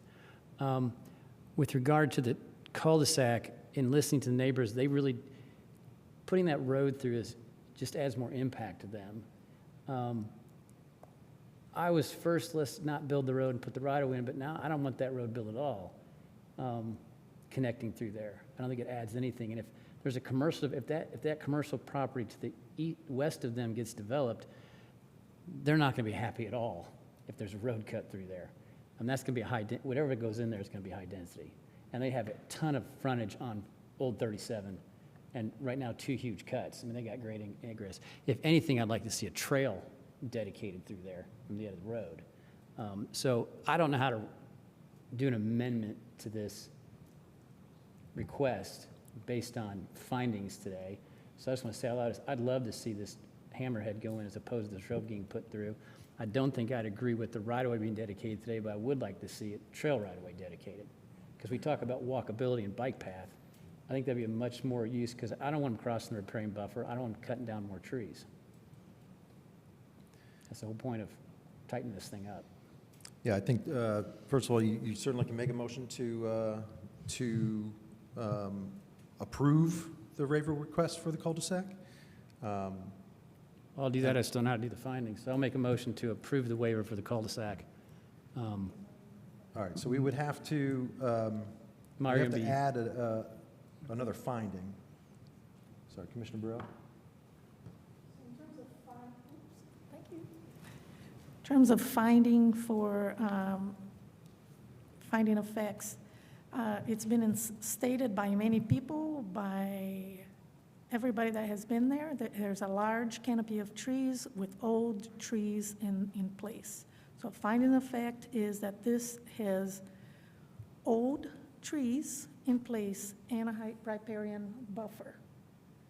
And we want to preserve this particular area. And that is a peculiarity of this lot. Does that work? Yes. I'm not sure that the old trees part works, but the riparian buffer part, I think, It should works. work. Okay, Yeah. so there we go. That is the finding. Can you, so are you proposing a motion? Yes, I can propose the motion. So Yeah. the motion is, we are going to approve the waiver request, not require 67% of lots served by alleys, approve the waiver request to amend the riparian buffer easement language, and approve the waiver request to allow the cul-de-sac with the following conditions, specify the 2 conditions by staff as presented on the packet, and our facts of finding is the riparian buffer that we want to preserve. That it's peculiar, it's a peculiarity to this lot. Okay, so to be clear, the amendment is simply to change the original motion to now approve the waiver request for the cul-de-sac and to add the additional finding that That will preserve the riparian buffer. Staff got that? Feel that's sufficient? All right. Is there a second for that motion? Second. Who got She there has it. first? I have, Sorry, hold on. Who seconded that? Okay. yeah, Commissioner Bishop seconded it, but I have a question about where that leaves us with the row dedication. So staff, where does that leave us right now in terms of that motion with the road dedication? Do we still have the road dedication or not? Yes, so the petitioner has shown that as right-of-way, so you would need to amend that somehow if you want to remove that additional right-of-way dedication. Okay, should that be a second and separate condition? I would take a friendly amendment, because I was going to add that and didn't get there. Just to see if it passed. And one thing that I was, Can we vote on a friendly amendment to see if it would pass? If it's friendly, you don't have to vote on it. So, so this is up to Commissioner Burrell at this point. It's her motion. If she wants to accept that change, she can, but it's up to her. I think we have, yes. So we have a motion on the table, it's been on the table for a while, from Andrew, right? From Yes. Mr. Seaboard, and then Ms. Kinsey, and then Mr. Holmes seconded it. So that motion is just to go with staff recommendation, right? That So we is- did one amendment, failed. So now we're trying for a second amendment of Correct. Ms. Burrell's. And Mr. Smith is asking Ms. Burrell if she she would can amend her add to her motion. amendment that the right-of-way does not need to be dedicated? For how far? Mr. Smith? I would say from the end of the cul-de-sac to the property line. Okay, so just right-of-way enough for the cul-de-sac? Yeah, it ends with the end of the cul-de-sac, or hammerhead, whatever they're doing. Can you repeat that? Yeah, he is proposing, yeah. Yeah, so there is an exhibit called No Cul-de-sac Exhibit that shows where, in essence, that line would stop. So we're saying from that line west, there would be no right-of-way dedicated. Is that what you're proposing, Mr. Smith? Yes. Is that okay with you to add to yours? Or do you want him to do it separately after? Can I propose another kind of similar to Mr. Smith's, but potentially an alternate, to leave the right-of-row dedication decision in the hands of the administration, so that then they can all decide whether or not they want the right, like the city wants the right-of-way. Do you know what I mean? So that, Yeah, I like that. so I that we're think kind of when- leaving it up to them to decide whether or not they want I don't think we right-of-way. can do that. So the primary plat has to include whatever right-of-way is going to be dedicated, so you all will have to decide. All right. Sorry. So we're to Ms. Burrell. Do you want to take Mr. Smith's friendly amendment, or do yours on your own, and then he can do his on his own? Let's do him separate. I want to Okay. take care of I want to take care of this first, and then any amendments can be voted separately, please. Okay, so the amendment is to approve the cul-de-sac waiver with additional findings of fact, otherwise having it be the original motion, right? And we got a second for that. Correct. Okay. Yep. All right, so the motion on the table is to approve the cul-de-sac waiver and to add an additional finding. We have a second. Is there any additional discussion before we vote on this amendment? Mr. Strasburg. I'll just say that this one in general was really, really hard for me, because I agree with everything that Mr. Seaboard said too about connectivity, and I think connectivity is really important, and I love the idea of a trail possibility through there as opposed to vehicles. I don't think that we get to decide that right now, but as I said earlier, I think ultimately it's a better decision to grant that waiver and not disturb that back area.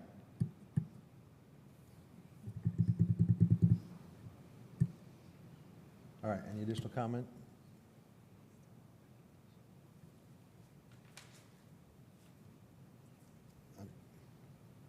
I am still in favor of an additional condition on this, and I don't know if that would kill it.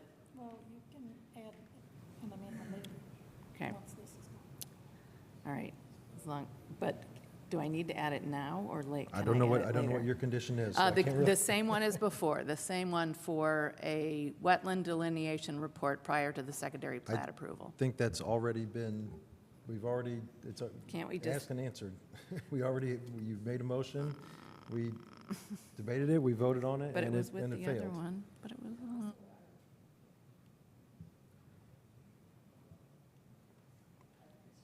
All right, is there any, the motion in front of us right now is whether to amend?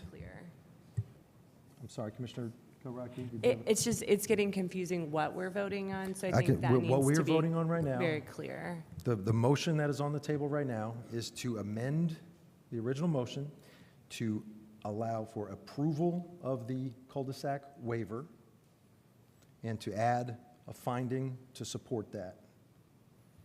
So that's what we're voting on right now. Unless there's any other discussion? All right, let's call the roll on the amendment to approve the cul-de-sac waiver and add the supporting findings. Smith, Yes. Strasburg, Yes. Whistler, Yes. Burrell, Yes. Bishop, Yes. Korodke, No. Seaboard, No. Holmes, No. Kinsey, Yes. Okay, I believe that was 5 yeses. So that motion carries. Okay, so now the motion, as amended, is, Point of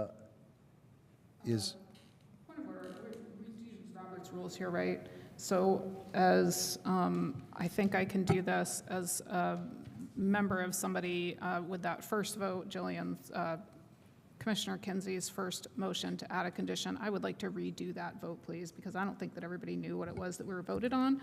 And since I am a member of the side that had the majority in that situation, I think that I can move to redo that vote.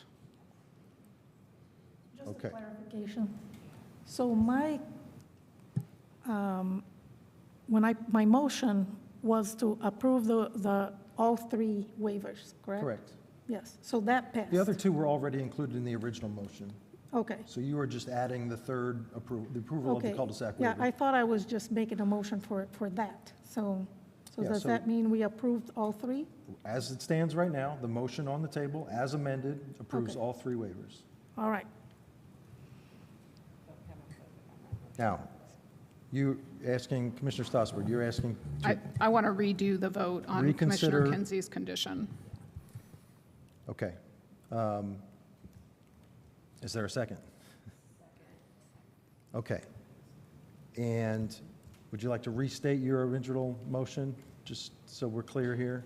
Yes, my motion was to add a third condition that the wetland delineation be done and conducted prior to a secondary plat approval or consideration. Is it an approval? Give me the right language. Is it a review or approval? Secondary plat approval. Yeah, Yeah. okay, approval. I know. We're going to get through this one quickly. I don't think we need any, does everybody understand what we're voting on here? There was maybe some confusion first time. All right, this is the motion to reconsider the earlier motion.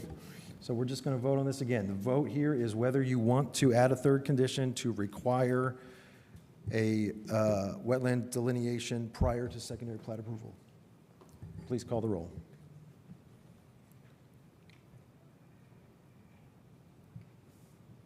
Strasburg, No. Whistler, No. Burrell, No. Bishop, No. Korodke, Yes. Seaboard, No. Holmes, Yes. Kinsey, Yes. Smith, No. Okay, so I believe it's failed again. All right, so we are now back to the motion on the table. We are getting dangerously close to 9 o'clock, but I think unless there are any other motions or amendments, we have a motion we can vote on here. Are there any other motions? Commissioner Strasburg? I'm not quite sure exactly how we need to phrase this, but I want to move to not require the road dedication of the road dedication as depicted on, I don't know which page. I think that can be a condition of approval, right? And then you just have to say where you want the right-of-way to end, which is on that exhibit. So on the Okay. exhibit that Mr. Butler prepared where it shows the hammerhead turnaround, there's a Yeah. suggested right-of-way end. This just loads really, really slowly on my computer, so I can't So you can find see it that. there like diagonal. Yeah. So Or I I mean, you would could like, pick anything else, but that's. so I'd like to move that we add a condition of approval to not dedicate that future right-of-way as depicted in that image on the screen, and that the roadway will end where it is shown. Is that good enough?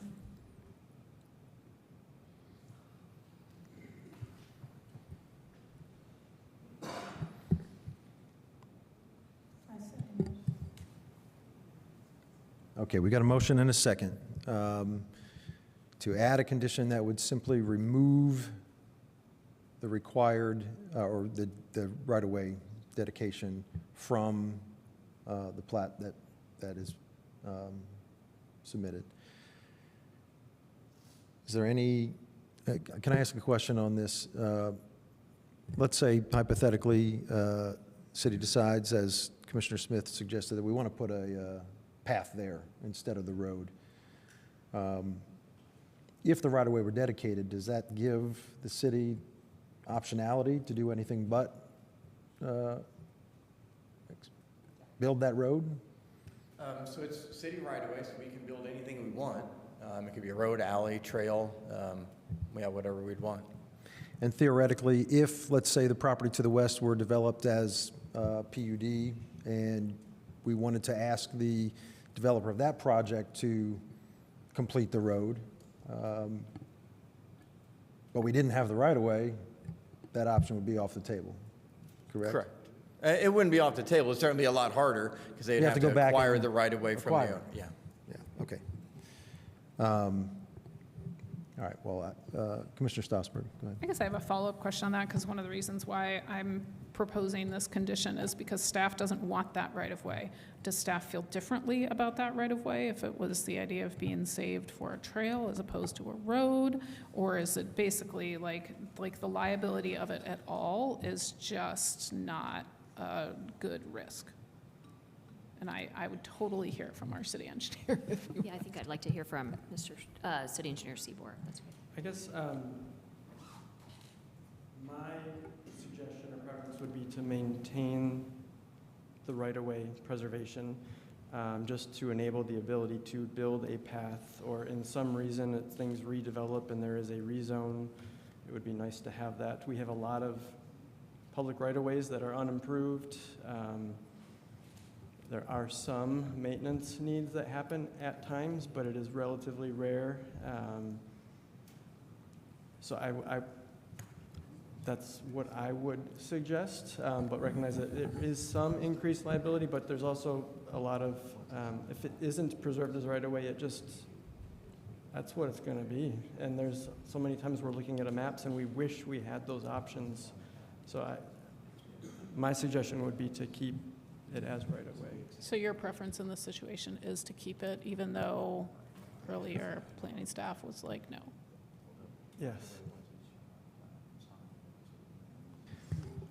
What does planning staff say to that? Director Coyne, did you have something you wanted to add? Director Coyne, you technically, I think, are employed now. I am, technically I am. The discussion I'm having here is the concept of just because it's dedicated doesn't mean we have to accept it. We haven't cleared that. I think staff believes that we do. If it's dedicated on the plat, we accept it. There is a known concept: if you have streets and roads in a subdivision and they are built, then we accept those. There's an act of acceptance. I think my understanding in the past is that is an affirmative act by local government. Just because they dedicate something doesn't mean we have to accept it. Now, Eric and I, okay, first timer. so Eric has been around a lot longer and has a different view of that. If you want to go ahead and tell them what you think. I mean, unless somebody from legal or otherwise knows differently, once something has been shown on a plat as right-of-way and signed and recorded, it is now city property. Sorry, yeah, that's not accurate. Right, BPW has to take it in. It's a two-part process. It's the difference between a dedication and acceptance. I think Mr. Seaborder can I answer believe that. there's two things going on.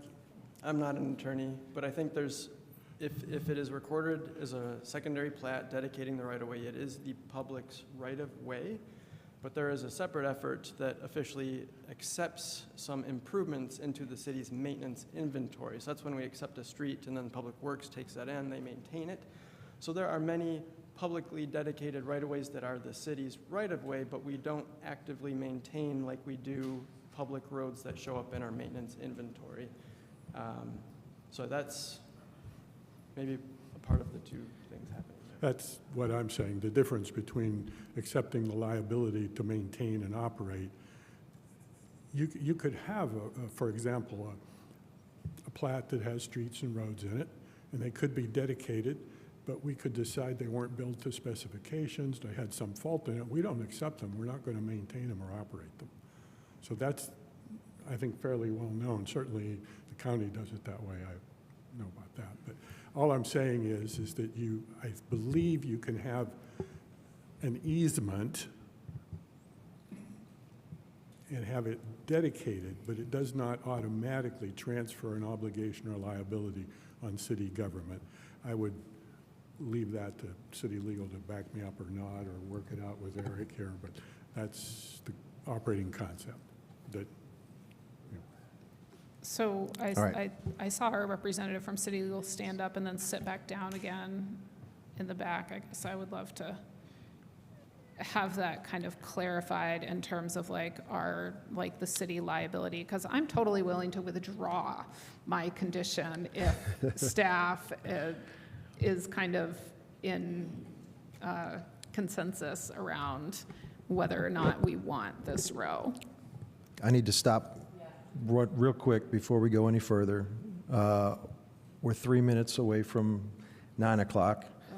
Now, we don't necessarily adjourn until 9:30, but we can't introduce any new cases after 9 o'clock. So if we don't take any action in the next 3 minutes, the default is we're all coming back here within a week to do another hearing.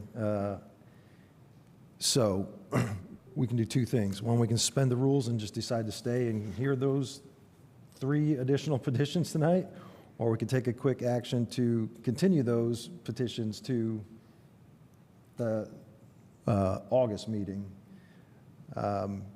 Looks like Jackie has something she wants to say. Well, the resolution response, I think, has to be heard sooner than the August meeting, because we only have a certain number of days for you to hold a hearing on the resolution response to, from council. All right, so I need a motion then to suspend the rules and allow additional cases to be introduced after our 9 o'clock deadline. Motion to suspend, well, I guess we're going to suspend the motion that's on the floor. Okay, I'm going to just motion to suspend the rules and allow us to consider additional action beyond the 9 o'clock. Is there a second for that? Second. Second, all right. All in favor of suspending the rules, say aye. Aye. Any opposed? All right, very good. Now, sorry for that. We can get back to the issue at hand.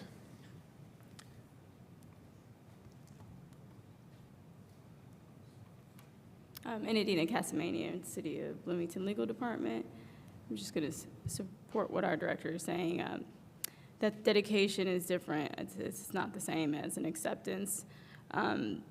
Acceptance would be formal agreement to take liability responsibility. Dedication is an offering. There is a case law that talks a little bit about municipalities and dedications as a condition for approving development permits, such as rezoning or any kind of development. So the case that I'm pointing to is Dolan versus City of Tigard, and that does explain that a dedication does not mean acceptance.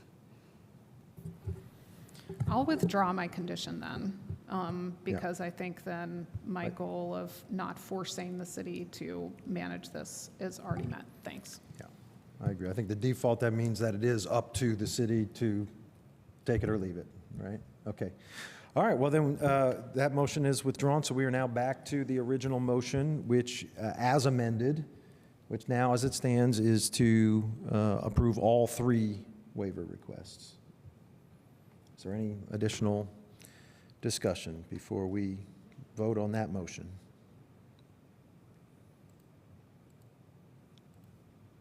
All right, let's call the roll on the motion. Whistler, Yes. Burrell, Yes. Bishop, Yes. Korodke, No. Seaboard, Yes. Holmes, No. Kinsey, Yes. Smith, Yes.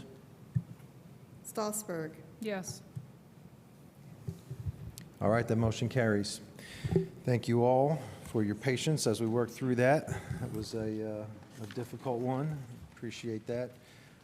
We will now move on to our next petition, which is the first of three UDO text amendments, ZO 2026-06-0006. Eric, are you presenting these together or individually? I am going to present each of these independently. So given the time, I will be brief, and as these are the first of two hearings, I will keep that in mind, obviously, in my brevity with these things. Thank you. So the first petition before us tonight is a response to a council resolution directing the Planning Commission to come forward with certain legislative changes to the UDO. The resolution is in staff's report and in the packet, but I will just briefly step through what those items were. So those were directing staff to look at adjusting minimum lot widths and minimum lot areas in the R1, R2, R3, and R4 districts to better align those with existing lot sizes and lot area. So this is, I'll just kind of go through the resolution and then we'll talk about each of the things independently. So the second section of the resolution also directed the department or the Planning Commission to bring forward a resolution to reduce minimum lot areas and lot widths and in relation to subdivision standards in order to make the subdivision and creation of lots easier to promote more housing and creation of lots within the city. So directed us to look at things such as impervious surface coverage, lot frontage requirements, and just general subdivision standards in general. There was a third section that directed us to look at the sustainable development incentives, to require PUDs that come forward utilize the sustainable development incentives, and to include a requirement that buildings use either electricity or on-site renewable energy sources. And then, well, that was 3 and 4. And then the fifth was to eliminate parking minimums. And so we have brought forward several things to address each of those, and I will step through those. Give me just a second while I pull this up. So I will just state that in your series of exhibits, we noted that some of the standards in Chapter 2 and the district's elements themselves varied a little bit from the Chapter 4. So I'm just going to focus on the Chapter 4 table. I realize this is hard to see, and I apologize. Let me see if I can get rid of the comments here, if that's okay. Maybe not. Yeah, it's a little bit better. But in essence, in your packet, if you go to the dimensional standards table in Chapter 4, you'll see the overview of the districts and what we're proposing. So real briefly, I'll just kind of step through those. What we're looking at is just reducing the minimum lot area and the minimum lot width across all the single-family districts, establishing a build-to range in these districts, establishing a percentage of the building that has to be in that area, reducing the side yard setbacks in all of the districts, getting rid of the additional setback requirement that is in all of the districts for the second story. So in the R1 and R2 districts, well, let me just step through each district, I guess. In the R1, we are proposing to change the minimum lot size from 20,000 square feet to 7,200 square feet, and changing the lot width from 100 feet to 50 feet. We're proposing to modify this first floor setback, or leave that as is, but as I mentioned, reduce or get rid of the additional setback requirement for the second story.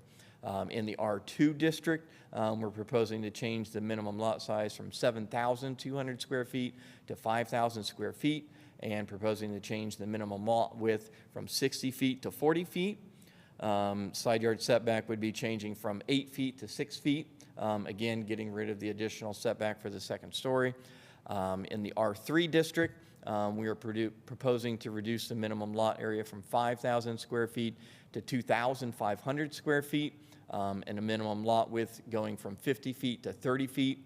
And in the R4 district, we're proposing to change the minimum lot size from 4,000 square feet to 2,500 square feet, and then changing the minimum lot width from 35 feet to 30 feet. In the multifamily districts, RM and RH, we're proposing to get rid of minimum lot area and minimum lot width altogether, establishing a build-to range, and then the side yard setback is staying the same.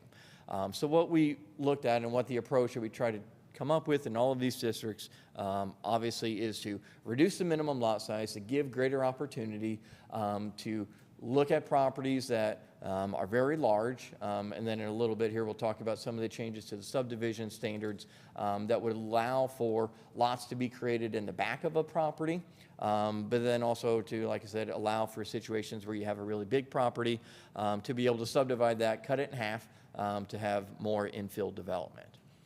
So one of the things that was in the resolution guided us to look at a few PUDs that had been established in the too distant past that did utilize a very small lot width, about 30 feet lot width, and lot sizes that were about 3,000 square feet. So we use that as somewhat of a guide as we went through these districts. One of the other things that we're proposing is to increase the impervious surface coverage in these, in the R3, R4, and the RM and RH, to substantially increase the impervious surface, again, to allow for greater buildability on these properties. So we're shrinking minimum lot size requirements, minimizing the side yard setback requirements, and increasing the impervious surface coverage to give greater buildability opportunities on these properties. So kind of moving along with this in the resolution, as I mentioned, it also directed us to look at subdivision standards that might be problematic in creating new lots. So we're proposing kind of two things to address that. One is to get rid of the minimum depth to width ratio requirements of the 4:1, so that would allow for lots that have a very small frontage, but then kind of get bigger as you get in the back. And then the second one, which is kind of a bigger thing. One of the things, and certainly I think, you recall we talked about this a little bit with Hopewell, was allowing for lots to be created off of alleys or pedestrian trails or other features. The main challenge that we had with just incorporating that outright was fire department access. Fire department trucks have to have a certain amount of area in order to set up their trucks, and then their fire department hoses will only go a certain distance. So as we work through conversations with the fire department, 150 feet, that's the length of their hose pole. That was kind of the greatest that they felt comfortable, allowing for some more flexibility. And so what we've put in here is allowing for lots to be created that are less than 150 feet deep. So if your parent lot is less than 150 feet deep, you can create a new lot on the back side of that, as long as you've got at least a 5-foot strip and a 20-foot access easement to get to that lot in the back. So that is kind of the main standard there. So that would allow for some lots to be created off of alleys, if they're within a certain distance. But kind of given the constraints with the fire department, that's kind of how we fell with that one. The remainder of the issues in there in terms of addressing the resolution and for the electrification, we included language that said in the sustainable development and incentives added a new section entitled electrification. Said that developments shall only be served by electricity or on-site renewable energy sources for water heating and non-commercial cooking. And then also added a section in the PUD qualifying standards that referenced having to use these requirements as well. And then lastly, in relation to reducing parking minimums, this was in essence just going through the UDO and striking out any and all references to parking minimums. So this would apply to all uses throughout the city. So there was a lot of language, obviously, that referenced parking minimums in various contexts. So we looked through and removed those. But we did bring forward a proposal that was consistent with the resolution. And so that's what we are presenting here tonight. Certainly happy to hear any thoughts or comments on some of the changes that are being proposed in terms of the reductions and standards. But we are required to get this to the Planning Commission within 60 days. And then the Planning Commission has 60 days to act on this to get it to the council. So it would be heard tonight and then heard again in August in order to fulfill that. So with that, I'm happy to answer any questions. Thank you. Any questions from commissioners? Commissioner Smith. Question about the 150 feet. You're saying the lot can be 150 feet deep and you can have an accessory dwelling in the backyard with a 20-foot ingress easement and a 5-foot what? So the lot would have at least 5 feet of frontage, but then provide for a 20-foot access easement. So the lot frontage helps give them a definitive front so that they do have street frontage, and then a 20-foot easement runs through that, what I'll just call parent property, so that they've got full right of access to it. And the 150 feet is the lot depth, not the pole to the middle of the back house, which is how they usually define that. So the parent lot, can't be more than 150 foot deep. But they're not going to measure it from lot line to the middle of the rear structure. No, it has to be to the back of the structure. They have to assume kind of the worst case that they've got to get to the backside. I'm going to say this again. Normally, for the fire department to pull, the 150 feet is measured from their closest right-of-way to the furthest point, which is usually the center of the back of the house.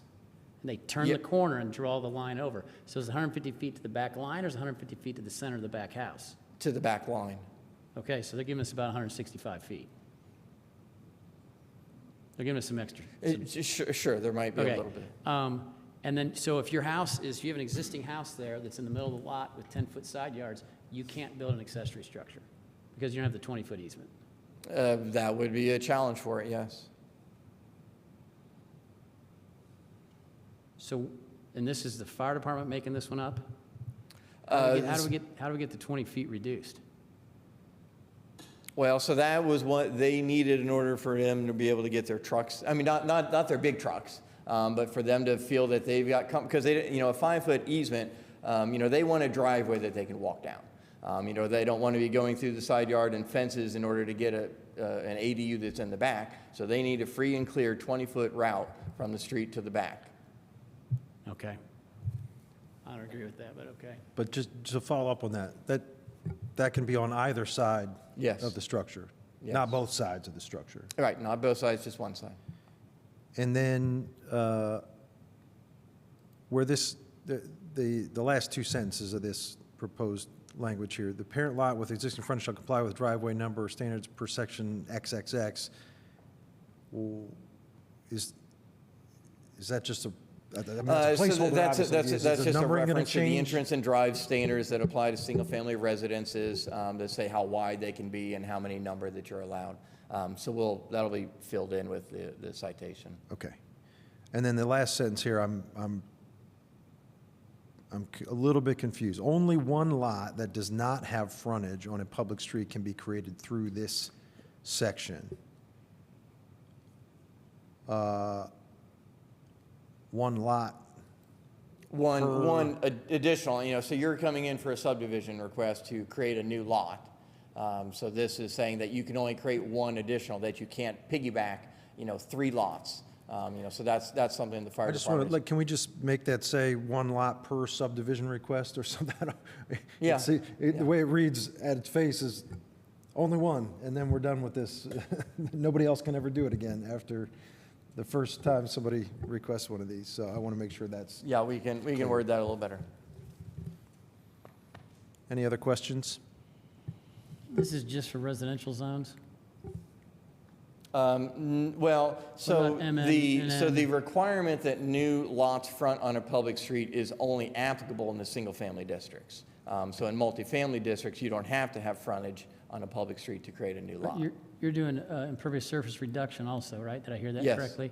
All right, but that impervious surface reduction does not apply to MM or MN, right? It doesn't apply to any of the mixed-use districts. So there is maximum impervious surface coverage in the mixed-use districts. And we're We not- are not changing that with Any of the this. amendments today. No, we are just addressing the residential districts. Hope you make that request next time.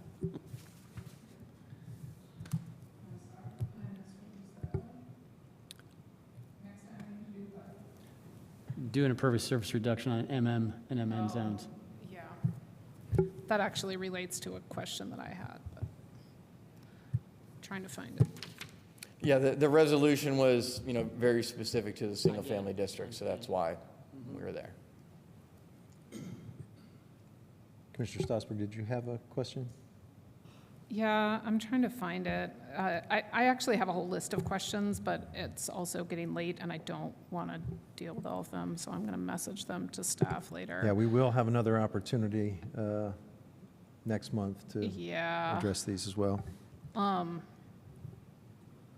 But one of them, I guess, was that, like, why are we retaining all the mixed-use dimensional requirements? But I also, in terms of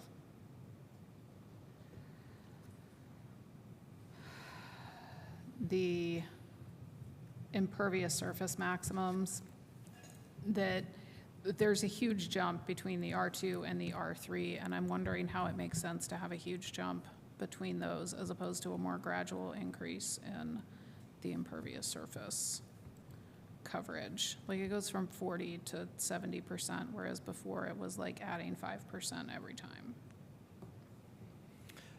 Yeah, I guess, from our perspective, we were looking at as, the R3 and R4 districts are where we oftentimes see a lot more redevelopment or interest in creating new lots. We can certainly adjust the impervious surface coverage maximum for the R2. Those R2 lots are typically pretty big, though, that, we very rarely run up against that 40%. That's in there now in terms of what they can do, but we can certainly incrementally increase that as well to something like 55%. I guess I'm kind of wondering if that makes sense, because now our lot area is a little bit smaller, so like there might be somebody in R2 with 1,000 square foot lot right now who then realizes, oh, I can actually split that into two 5,000 square foot lots, and then they might want or need higher than the 40% impervious surface. I don't know. I think that it should just be something that gets considered, I guess, and thought about, and that just seems like a really big jump.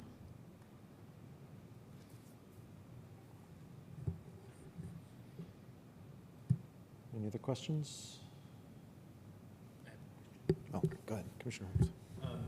So in some of the numbers for the lot width and areas that are proposed in the change, the resolution says to try to bring these into conformity with existing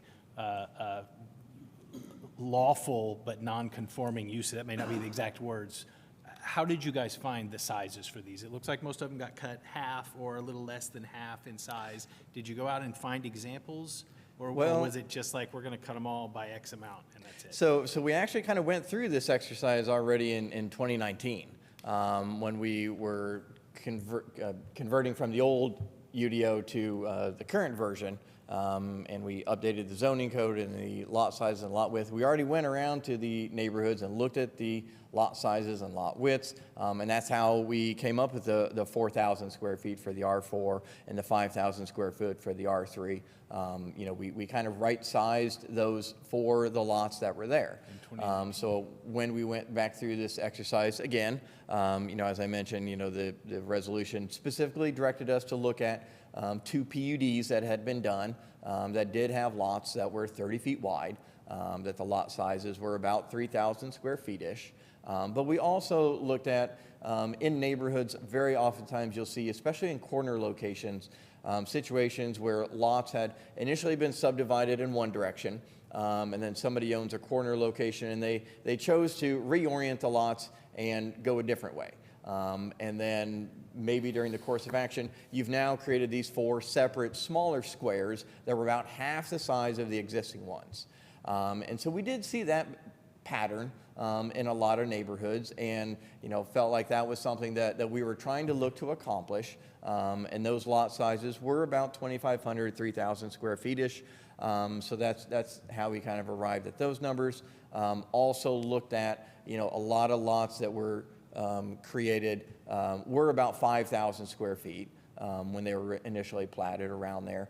So if we were looking to allow people to cut up the backyards, having lot sizes that were much smaller would give them the ability to cut up a lot in their backyard. Certainly you could go even further than this and say there are no minimum lot sizes. But that wasn't quite what the resolution was directing us to, so we were trying to find a kind of a happy place between what we already did in 2019 and then what we kind of looked at, what the goal was to allow for lots to be created that were even smaller than maybe what was there, to allow for backyards or other lots on corners to be created. Okay, thank you. Commissioner Seymour. Just reflecting on, I don't know, a few months ago we were reviewing a petition for the Fell Iron site where parking was a really hot topic, and there was almost a desire to have more or just it came into some of the calculations. This proposal would have required no parking for that development, and then potentially either the development would still build some or it would just result in a lot of impacts to the adjacent neighborhood. So I'm just, I guess, just wanting more than anything, how is this advertised to the public? Because these are the decisions that have like the big, like then we're going to have a project where 100 people are going to show up and we're going to say, sorry, this is what the code says. And so there's just really big policy implications like this in here. And I don't know how that is communicated to the public, or I guess this is what I'm saying is a way to at least draw some attention to it. But yeah, so in this regard, what we're bringing forward, this is not a staff's interpretation. This was a verbatim. This is what the resolution told us to do exactly. And so that's what we are bringing forward. I certainly acknowledge that this will be a huge implication, and the council was aware of that, and there were members that obviously felt like this was important enough that they wanted this exact language brought to them so that they could review that and move it forward if they've got the votes for it. And so this is something that's been obviously talked about at council for a long time. So yeah, that's kind of where we are. Commissioner Stossberg. I think also from that council perspective, one thing that I want to be sure to point out is that Councilmember Flaherty, who authored this resolution, because it did pass council unanimously, to forward it to Plan Commission for us as a body to figure out a recommendation. But it was very much left open, this idea that there could be a negative recommendation on parts of it. And individual council members were, especially would say the parking minimums were wary, and several of them did kind of specifically say, I'm not sure that I would support that in the end, but we're going to wait and see what Plan Commission thinks and what kind of recommendation comes from Plan Commission around that. So, yeah. Any other questions?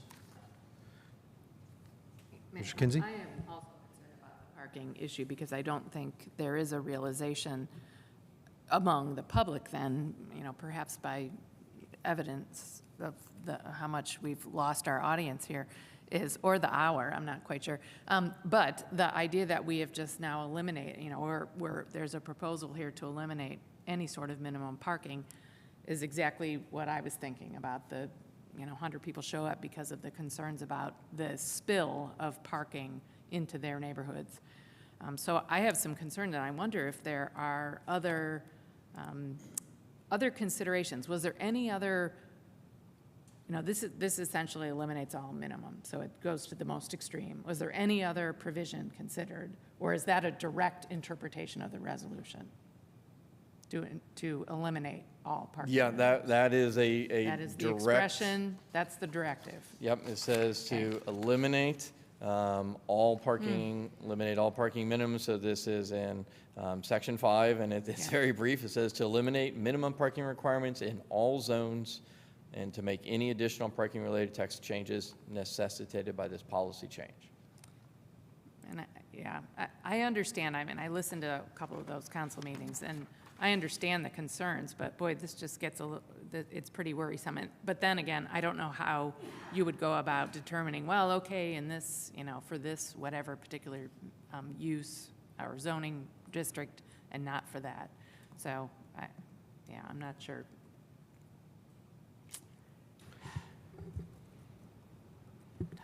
Commissioner Strasburg. I'm curious at what staff think about the eliminating all parking minimums.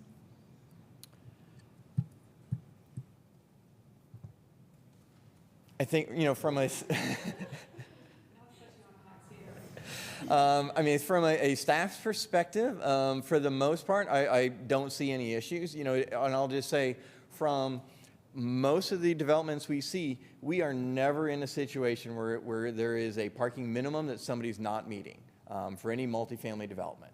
The only time that this comes up is for duplexes. In any multifamily that's the only situation where parking minimums really come into play are, in the downtown or student housing. And in neither of those situations have we run into, you're not at a minimum. So they want to provide parking. And we're never up against maximums either. Obviously they recognize that there is a need to park some people, but obviously we recognize the philosophical problem of, we're requiring parking and asphalt. If somebody doesn't want to do it, why make them do it? Let them decide if that's something that they want to do.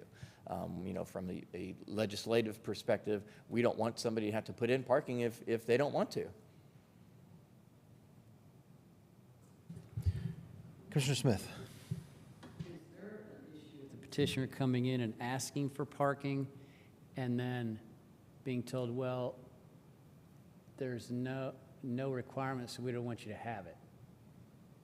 Well, we can't deny a site plan that doesn't have parking if there's no parking minimum. I'm saying you want parking in an area that doesn't require it. How's that going to get looked on? Well, like I said, we can't deny it.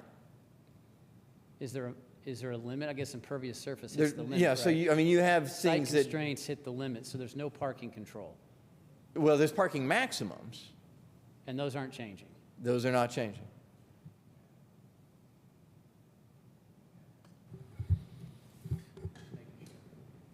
Commissioner Strasburg.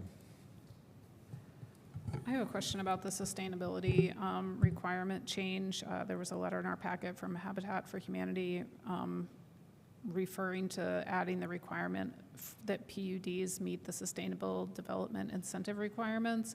And would it be better to write in specific sustainability requirements for PUDs instead of just asking them to meet a different requirement? Do you know what I mean? Because I think the letter didn't necessarily say oh, we don't want to meet sustainability requirements. It was more like, why are we being asked to meet this thing that's connected to an incentive, as opposed to having to meet, some other set of guidelines around sustainability. So, as I think I maybe understand the context of that, there are sustainable development. So there is so you have the sustainable development incentives, and then you have lead requirements or other agencies that govern kind of the same thing. And there are different standards, single-family residential subdivisions, each house may not meet that, but there are other ways that your development as a whole might be able to accomplish that. So the sustainable development, you have two paths. One, do the things that are listed there, or two, you get the certification from a different body. So I think that there is a different path for single family if they wanted to come in with the PUD. But obviously the hope, the purpose behind this was we want to discourage PUDs. So we're making those things harder. In the few situations where a PUD comes in, they're going to know they're being held to a higher standard. But so, you look at this and you say, well, maybe there's just something that come in that can't meet the current law. We're looking at changing a lot of the things in the current law that might be problematic for some of the folks that would be coming in for a single-family residential PUD, that they want to do smaller lots or reduce side yard setbacks or whatever. We've enabled that, hopefully from the onset, that they don't need to go down the PUD process.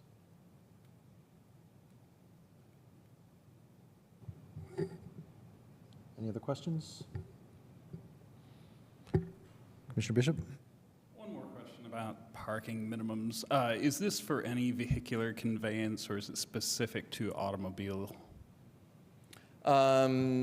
It is, I mean, it was intended, it just says parking minimums. I obviously, the intent was not bicycles, but it did say Not clearly that. specified, and we do require bike racks, which are a minimum parking Yeah. requirement.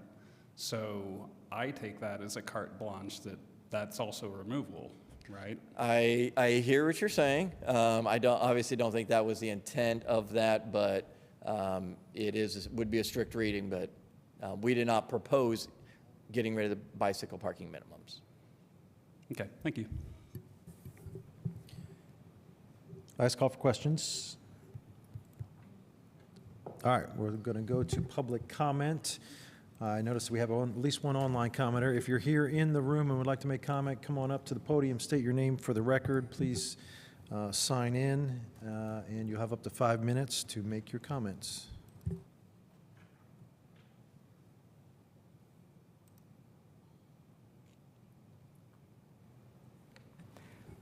Hi, my name is Kathy Berry, and I am the public that's here tonight, and I very much appreciate Mr. Seabour and Councilor Seabour and Councilor Strasburg for mentioning that how does the public know about this? I'm speaking extemporaneously, which I normally don't do, but I will add, I found out about this resolution when I was listening to the Hopewell commentary. So it was completely, it was nothing I would have ever known about to be here at 9:30 at night addressing these things. Just a couple, I'm going to do just a couple of impressions about why I don't like this. First of all, I think that having the city search maps and look for lots that are going to now be excessive in size is going to encourage tearing down older houses which are affordable, because a smaller house on a larger lot that has gone into poor repair will be a target for people who want to do these developments. Removing second-story setbacks, 2 families in a 2-story house have twice the stuff, the trash cans, the bicycles. It begins to create a less desirable kind of housing, I think, in some cases. Going back, somebody mentioned 2019 when we had the eliminating single-family zoning, which I was very against.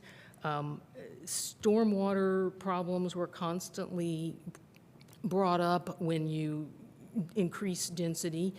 And I, at this point, I'm not going to say much more, except, yes, I think we need more housing, and I like the co-housing development that's in my neighborhood, the Maxwell Street co-housing, the Hillside Drive, this denser, compact urban form.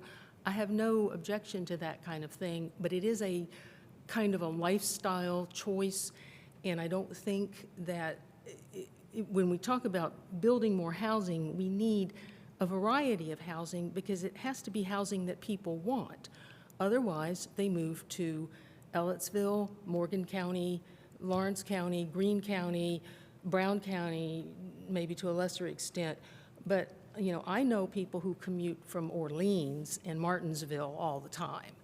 And I just think we need to go very slowly with these huge changes to allow, just let's let people that we want, you know, people's children that want to live here, let's let Bloomington kind of develop at a slower pace. And I'm sorry, that's the best I can do for now. Thank you. Thank you. We do have one person online. Kari, you should be able to speak. Thank you. I want to make sure you can hear me.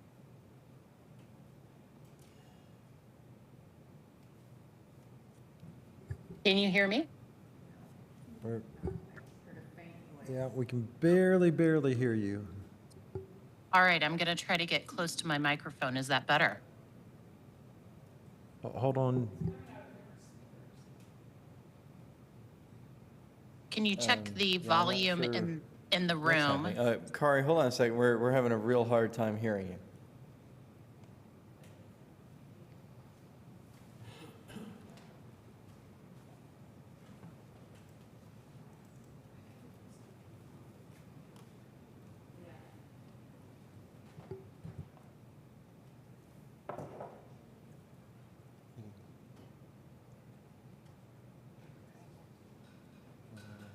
Kari, go ahead and try again.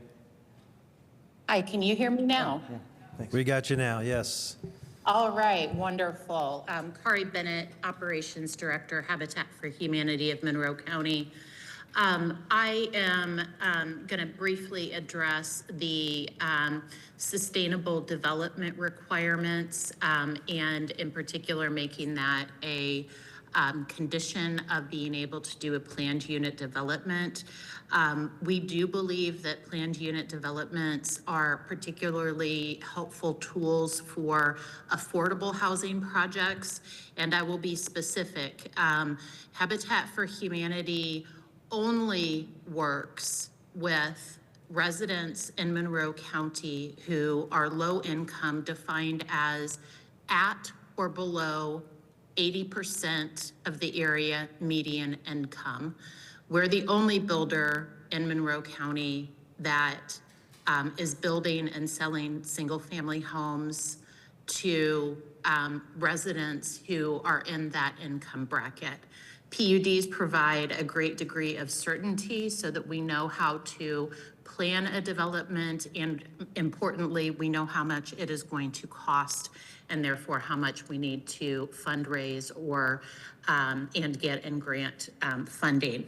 So we are very concerned that the sustainable development requirement, taking that incentive and making it a requirement for PUDs would keep us from being able to do a PUD neighborhood in Bloomington in the future, keeping in mind that the only two neighborhoods that we have developed in Bloomington have both been planned unit developments.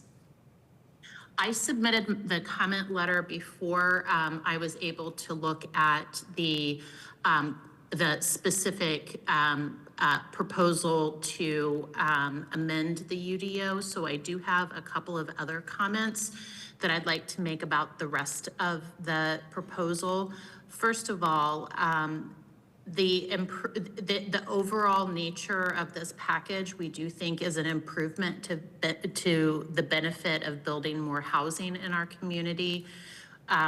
Folks have mentioned tonight minimum lot sizes, setbacks. We also especially appreciate the tree canopy exemption for the residential R3 and R4 zoning classifications. It can be very hard to maintain tree canopy on lots that are already very small. A couple of suggestions. First of all, on the subdivision design standards in 20.05.050, that was talked about earlier in this hearing. Having the language right now is unclear, and in particular, I was not sure whether this would allow for homes to front on a public alley. So that might be something that would be good to clarify the language, and that I'll also follow up with the planning department staff to make sure that I'm understanding what that language is intended to do. The last suggestion for consideration is the RMH zoning classification, which is residential manufactured housing. It has a different minimum lot size and a different impervious surface maximum than either R3 or R4. But that particular type of housing seems to be very much akin to an R3 or R4. So potentially taking a look at whether the RMH minimum lot size and impervious surface percentage should mirror either R4 or R3. Those are my comments for this evening. I do appreciate the planning staff and the commission taking up this important legislation. Thank you. Any other public comment? Just as a reminder, if you're online and you'd like to make comment, please click the reactions button and click the raise hand button or send a message to the meeting host.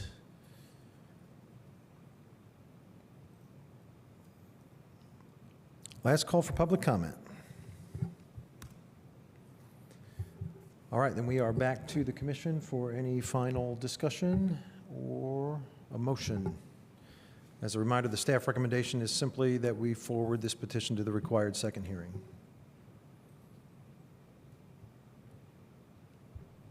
I'll motion that we forward this to the required second hearing. Is there a second? All right. Any final comments? All right, let's call the roll on the motion to forward to the Bishop, second hearing. Yes. Korodke, Yes. Seaboard, Yes. Holmes, Yes. Kinsey, Yes. Smith, Yes. Stossberg, Yes. Whistler, Yes. Burrell. Yes. All right, motion carries. We are now on to. Go I ahead, would like to Commissioner move that Stossberg. we continue our final two petitions, ZO 2026-06-0007 and ZO 2026-06-0008, that we continue them to our August meeting. All right, the motion is to continue our remaining two petitions to the August meeting. Is there a second? Second. Any discussion?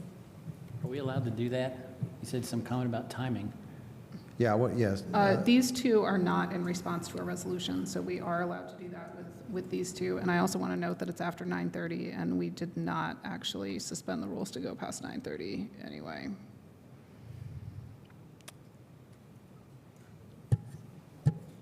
Okay. Staff, do you have any response on that? Is there any, do you see any reason why we cannot continue these and have the first hearing in August? Yeah, I think you can continue them. All right. That's my only comment. And we didn't specifically do the 9:30, but this was kind of like a broad blanket situation. Yes, I was under I think the motion was to suspend the rules and so Yeah, that to was my allow fault. introduction of all three remaining. But yes, I think you can continue them. So I assumed that meant we would go past 9:30. My bad for not being more specific there. Any other comment before we call the roll on this motion? Okay, the motion is to continue the remaining two petitions to August. Let's call the roll, please. Korodke, Yes. Seaboard, Yes. Holmes, Yes. Kinsey, Yes. Smith, Yes. Stossberg, Yes. Whistler, Yes. Burrell, Yes. Bishop. Yes. All right, so that motion carries. So just a reminder, that means next month when we come back, the first one is going to be a second hearing. The other two are going to be a first hearing, so that may be a little bit tricky. But that is the end of our agenda then for the evening, and we're adjourned. Have a good night.